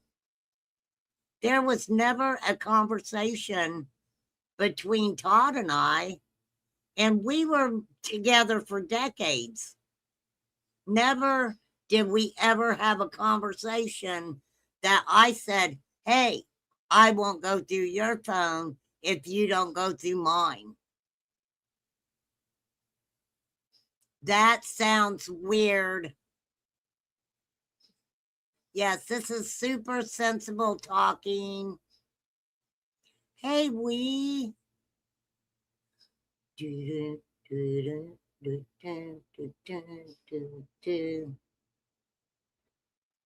That's kind of weird, right? Kind of weird. That's like show me yours and I'll show you mine, right? Don't show me yours and I won't show you mine. Why would that need to be an understanding? That's just fucking weird. I'm sorry.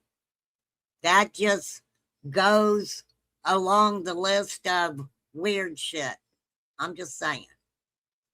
States any misunderstanding or any understanding, excuse me, that was made prior to the child going missing, period.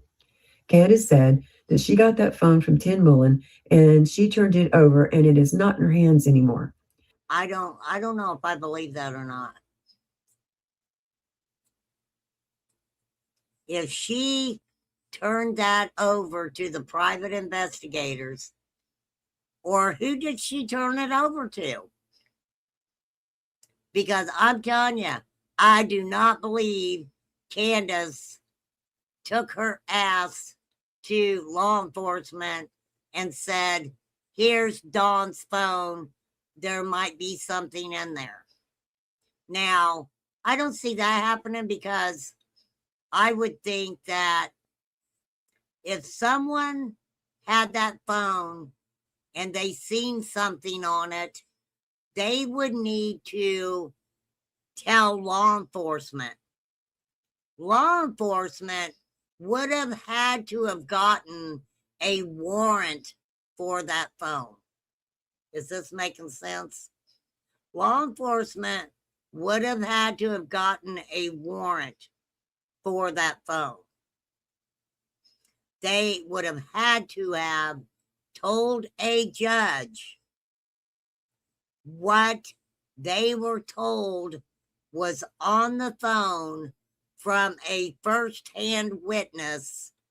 Then the judge would sign off on a warrant.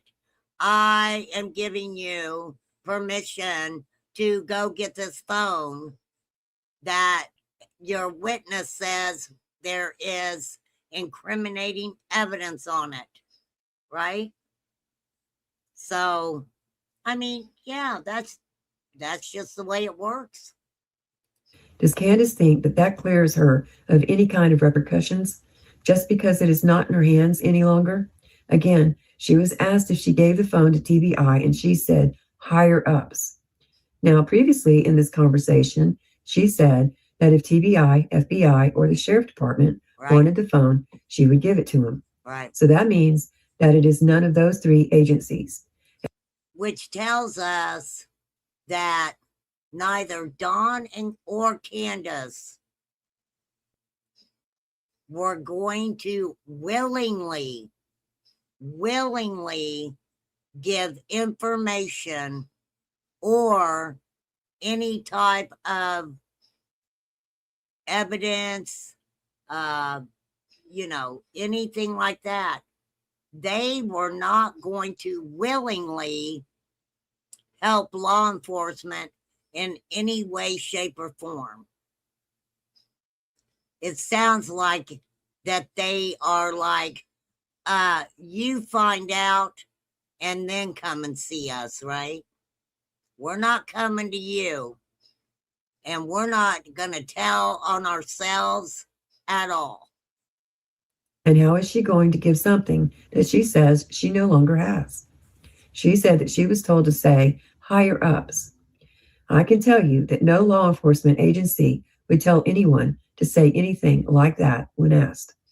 She goes on to say that everyone is against her and she is doing what she was told to do by the lawyers and everything else. Now, see? The only thing I believe any lawyers that she had would have been a lawyer for family court.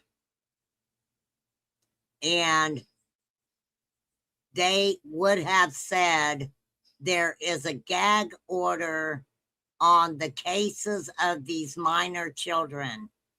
Do not talk about the investigation or what we have discussed in juvenile court. Yes. What you just said. If she said that sentence to the law enforcement, they would immediately stop communication with her and await her lawyers to reach out to them. And notice that she said plural. Sage, the link is pinned if you want to pop up here. I believe I pinned the link, didn't I? Lawyers. Candace called out Tim Mullen, and note she calls him Tim Mullins with an S on the end of the surname. That's a big source of contention in Facebook groups, guys. And said that Donnie does not want anything. What? You're having problems, Sage? Hey, Freeside. Yes, Mr. King Kong.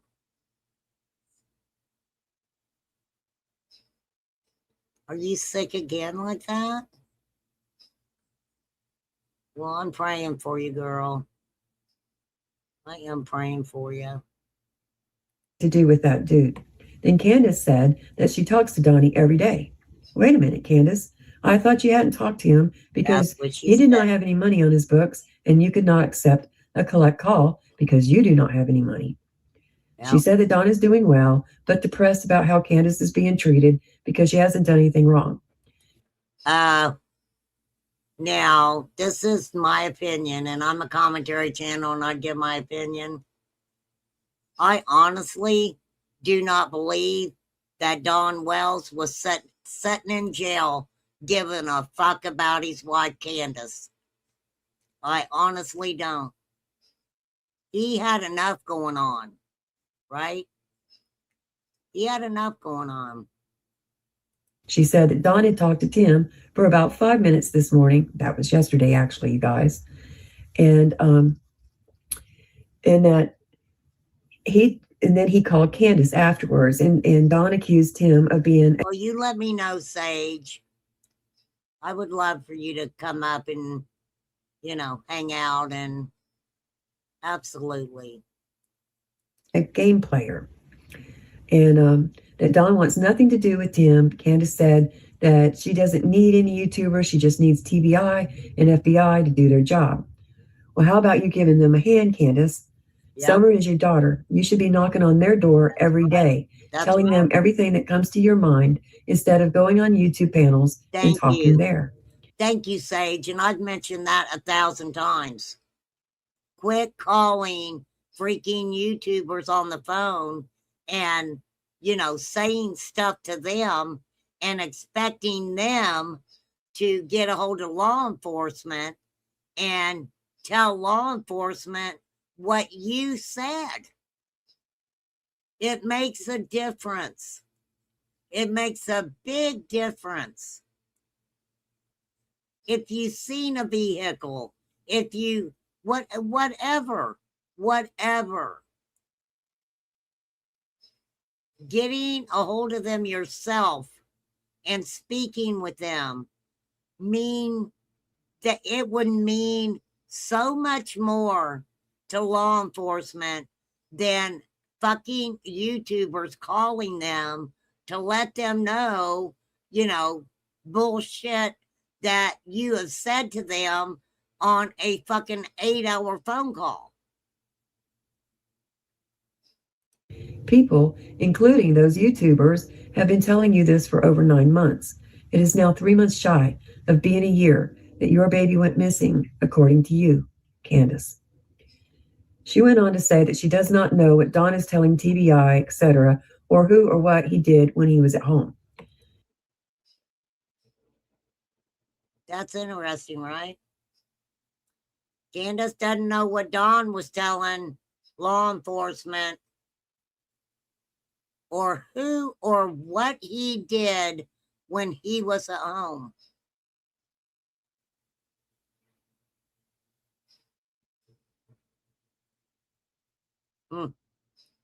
that they don't get into each other's business. Now, isn't that just odd, people? Wouldn't you ask your child's father when he calls if he had talked to anyone, and if so, what was said, even if you knew that that call was being recorded? You know, did she ask him exactly who his dealers were?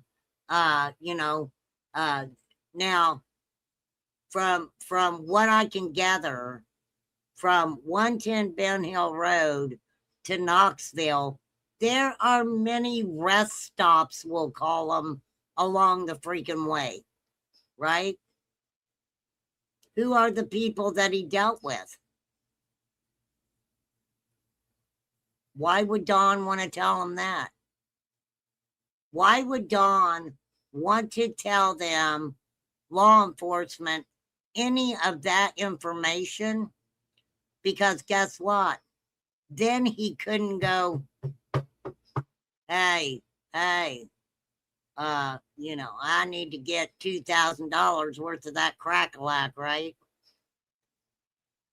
And then they're going to go through the holler and allegedly hand it out like it's the crack-a-lack holiday of the year, and you're giving it away for free. Why would you do that? Because, I mean, think about it.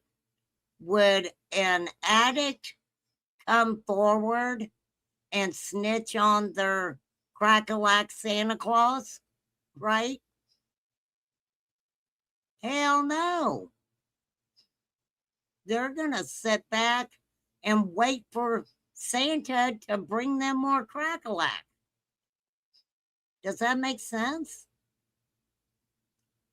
Especially if both of you are innocent. She also said that she does not know where Donnie was that day that someone went missing. Oh, yeah, I will pull the live up where she says that.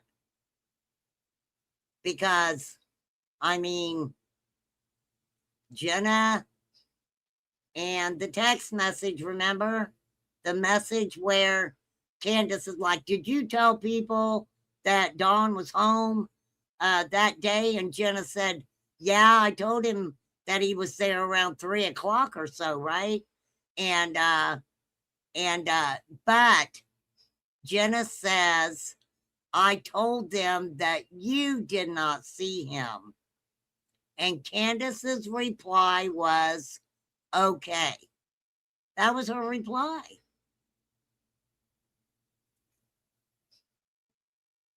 Was that a real text message between the two? I don't know. But see, every twist and turn with these people, you're in a no-win situation. If you say there are a lot of people who put out information that you can absolutely say that shit is not truthful, and then there's other people you're like, I can't say if they're telling the truth or not. That she does not keep up with him. But didn't H say that Don calls Candace like every 2 hours when he is at work? Don said that day he remembered talking to Candace at around 3 o'clock. 3 o'clock. I remember, yeah, I thought he said when she was getting in the parking lot of the Walgreens or wherever she got the medicine. So with that, Candace was notified that the Glarer was ready for her to come on his panel, and she left to hop on that live. The Glarer titled his live as The Phone Candace's Side of the Story. And he did what he had promised. No chat, no money made, and so on. She was not on his live long. The Glarer kept it short and sweet. It began with the Glarer welcoming her, and he explained that chat was off and that there would not be any form of attacking Candace. He tells her that he wants to be fair and get her side of the story since he had already spoken with Benny. He explained that when speaking with Benny and learning about the phone, that it was the one thing that made him go, oh. Candace said that Tim Mullen brought her Don's jacket, his car keys, his wallet, but not his phone. So she said she asked him where was the phone, and he said that Don must have took it into court with him. Candace insisted that in Hawkins County, you can't take phones into the courtroom. The Glare goes on to say to Candace that Benny said that he has a recording of Candace saying that Tim handed Candace the phone from the courthouse 2 weeks later, and Candace agreed. She said 2 weeks after he finally gave the phone up and that he had recorded everything off of Donnie's phone onto his computer. Tim Mullins admitted that. Tim Mullins admitted that himself.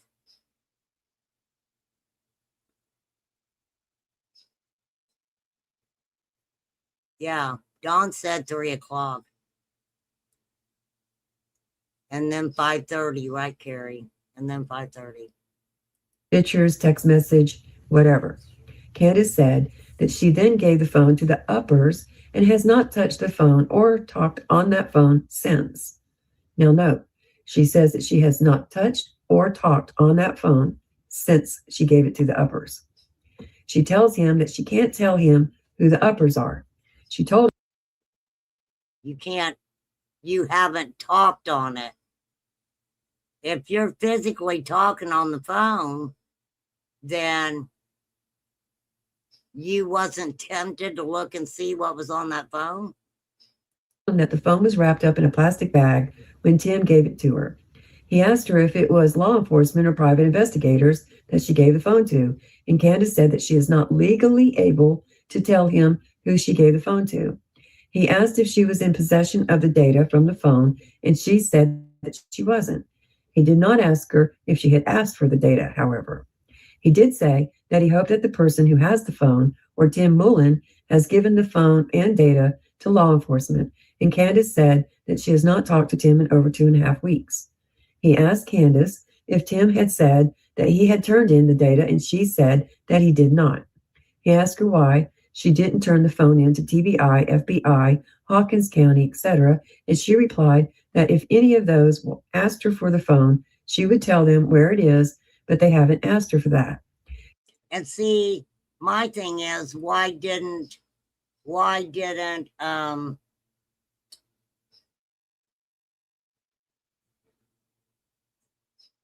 can't remember. Does anybody remember if anyone did call law enforcement and tell them about the phone to start with, right?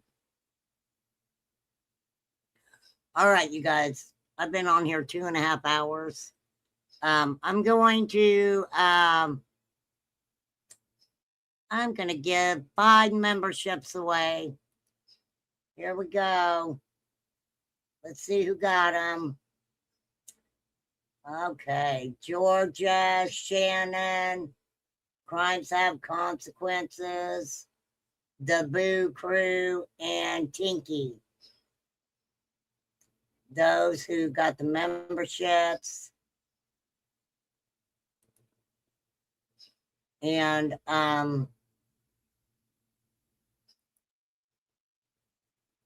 there they are.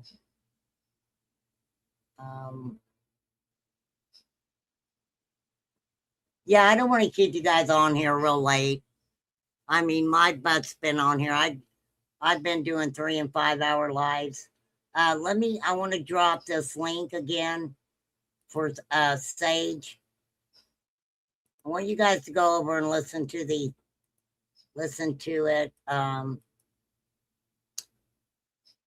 Thank you, Sage.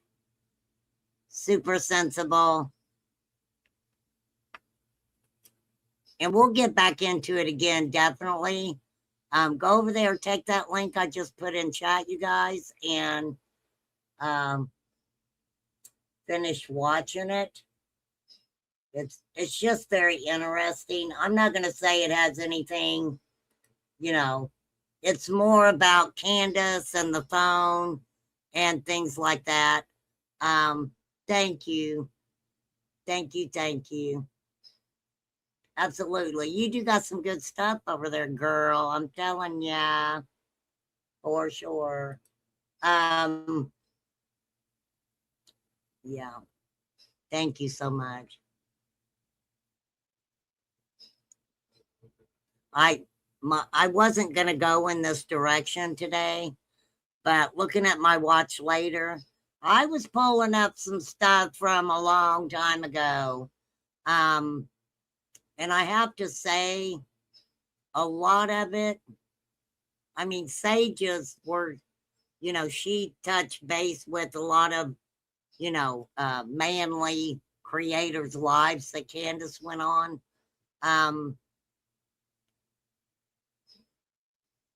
I don't think Candace is not going to, I don't know. But yeah. Please go finish the rest of that and check it out. Thanks, Mr. A. I am sorry that, how would Ernie take your stuff? What did you have on there that Ernie got mad about?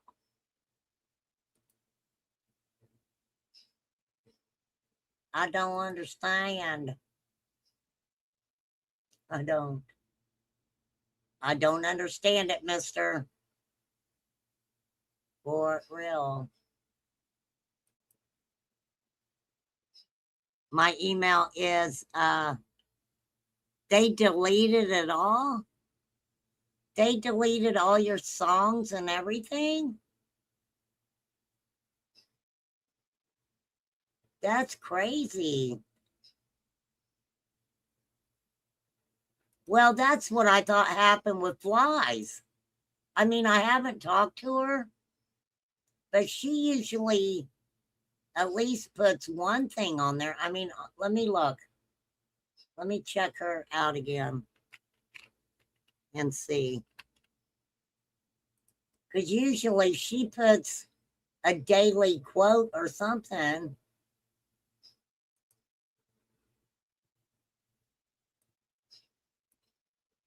Okay, hold on.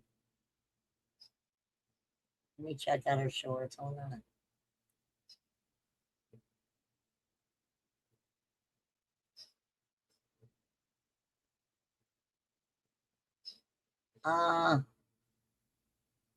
No, I haven't seen anything she's posted. Her channel's still there though. So he didn't get her again. I just didn't want to call her and bother her because, she might be with her family or something. And I know she's got a lot going on coming up, and I'm not going to speak on it. That's for her to speak on. But she's got some stuff coming up that, we're going to send her a lot of prayers for sure. So, well, Mr. A, I am so sorry. Go tell Mama T, take care of that shit. For real.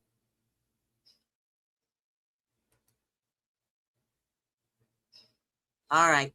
Be you, do whatever you're going to do. Thank you, mods, Carrie and Mr. A. I appreciate you so much. Thank you, Sage.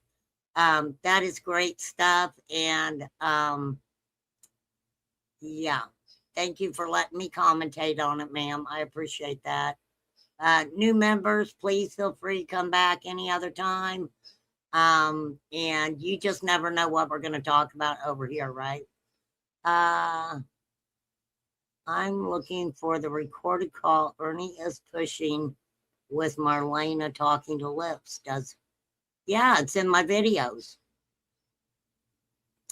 It's in my videos, L. Kennedy, because Lips came over here on my channel and was up on my panel and it was covered.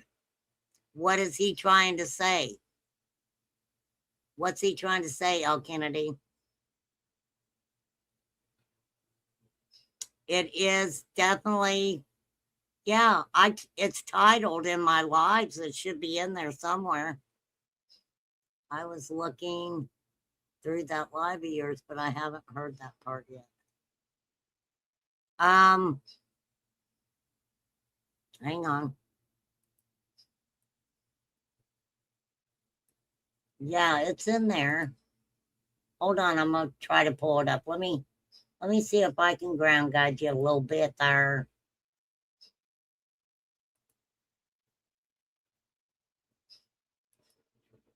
Yeah, I know. I don't title my shit very well.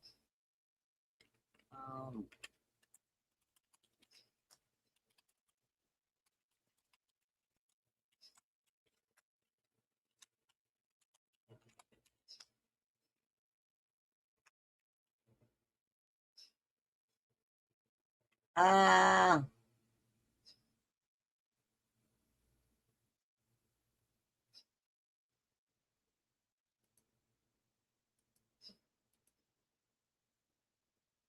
there's this one.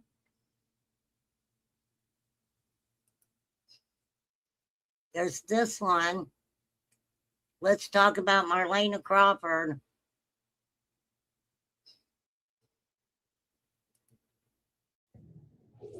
Hold on, we'll check. Check it for you, darling. And they're all easy to find, easy to play, but make sure you get the email one too. You have to. Okay. All right. All right. Let me turn it back on. Dude, Oh, yeah. to do that, he kind of did that over Christmas too. Okay, so this is what happened. So Lips wanted me to cover this on my channel. Basically, she wanted to use my platform to cover it, right? 23 seconds.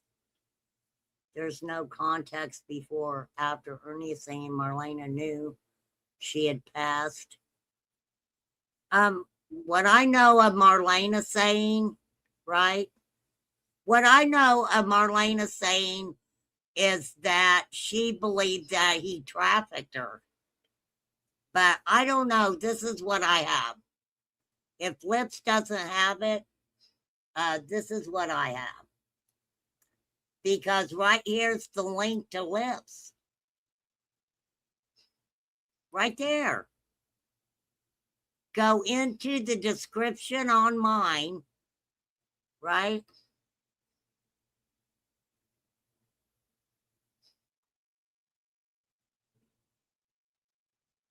I just hit the link.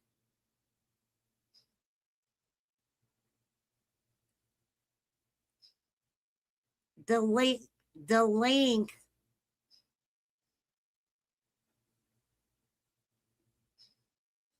What do you? That's all I have. That is all I have. Look at Lips's under Marlena Crawford, right?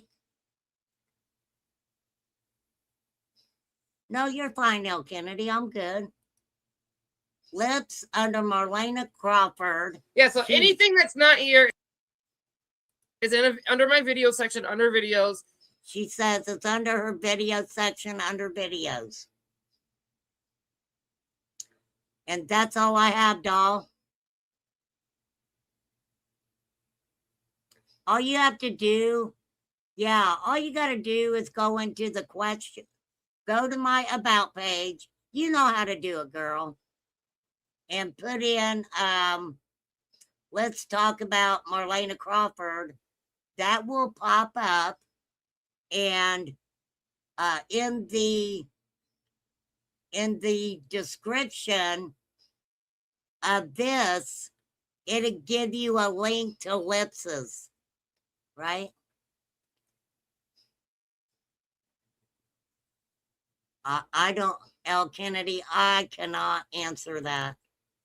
I have not watched. I don't know what they're doing or what they're talking about. I really don't.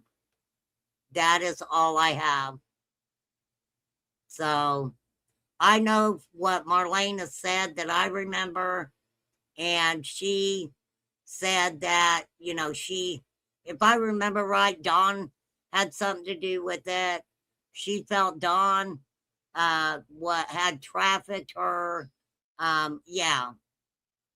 for sure. So I don't know. I wish I could help you more, honey. I do. Good luck with whatever you're looking for sure. For sure. Well, that whole thing was off. I mean, I want to know, Al Kennedy, let me tell you something interesting. Marlena came up on my panel and said that she took a lie detector test. You should try to find out why Marlena took a lie detector test. That is interesting. All right, babe. Sorry I couldn't help you anymore. If I can help you, I will, for sure. Thank you again, Sage. Thank you, Mods. Thank you, Carrie. Thank you, Mr. A. I appreciate you guys. Like I said, be you, do you. And you know, get feisty if you need to. Yeah, I mean, that's all I have. Well, I'm not going to say that's all I have, but I say that yes, I suck at titles to my stuff. So I might, if I can find anything else, girl, I'll let you know. Okay? For sure. All right. Peace out, you guys. Have a great day. I'll catch you later.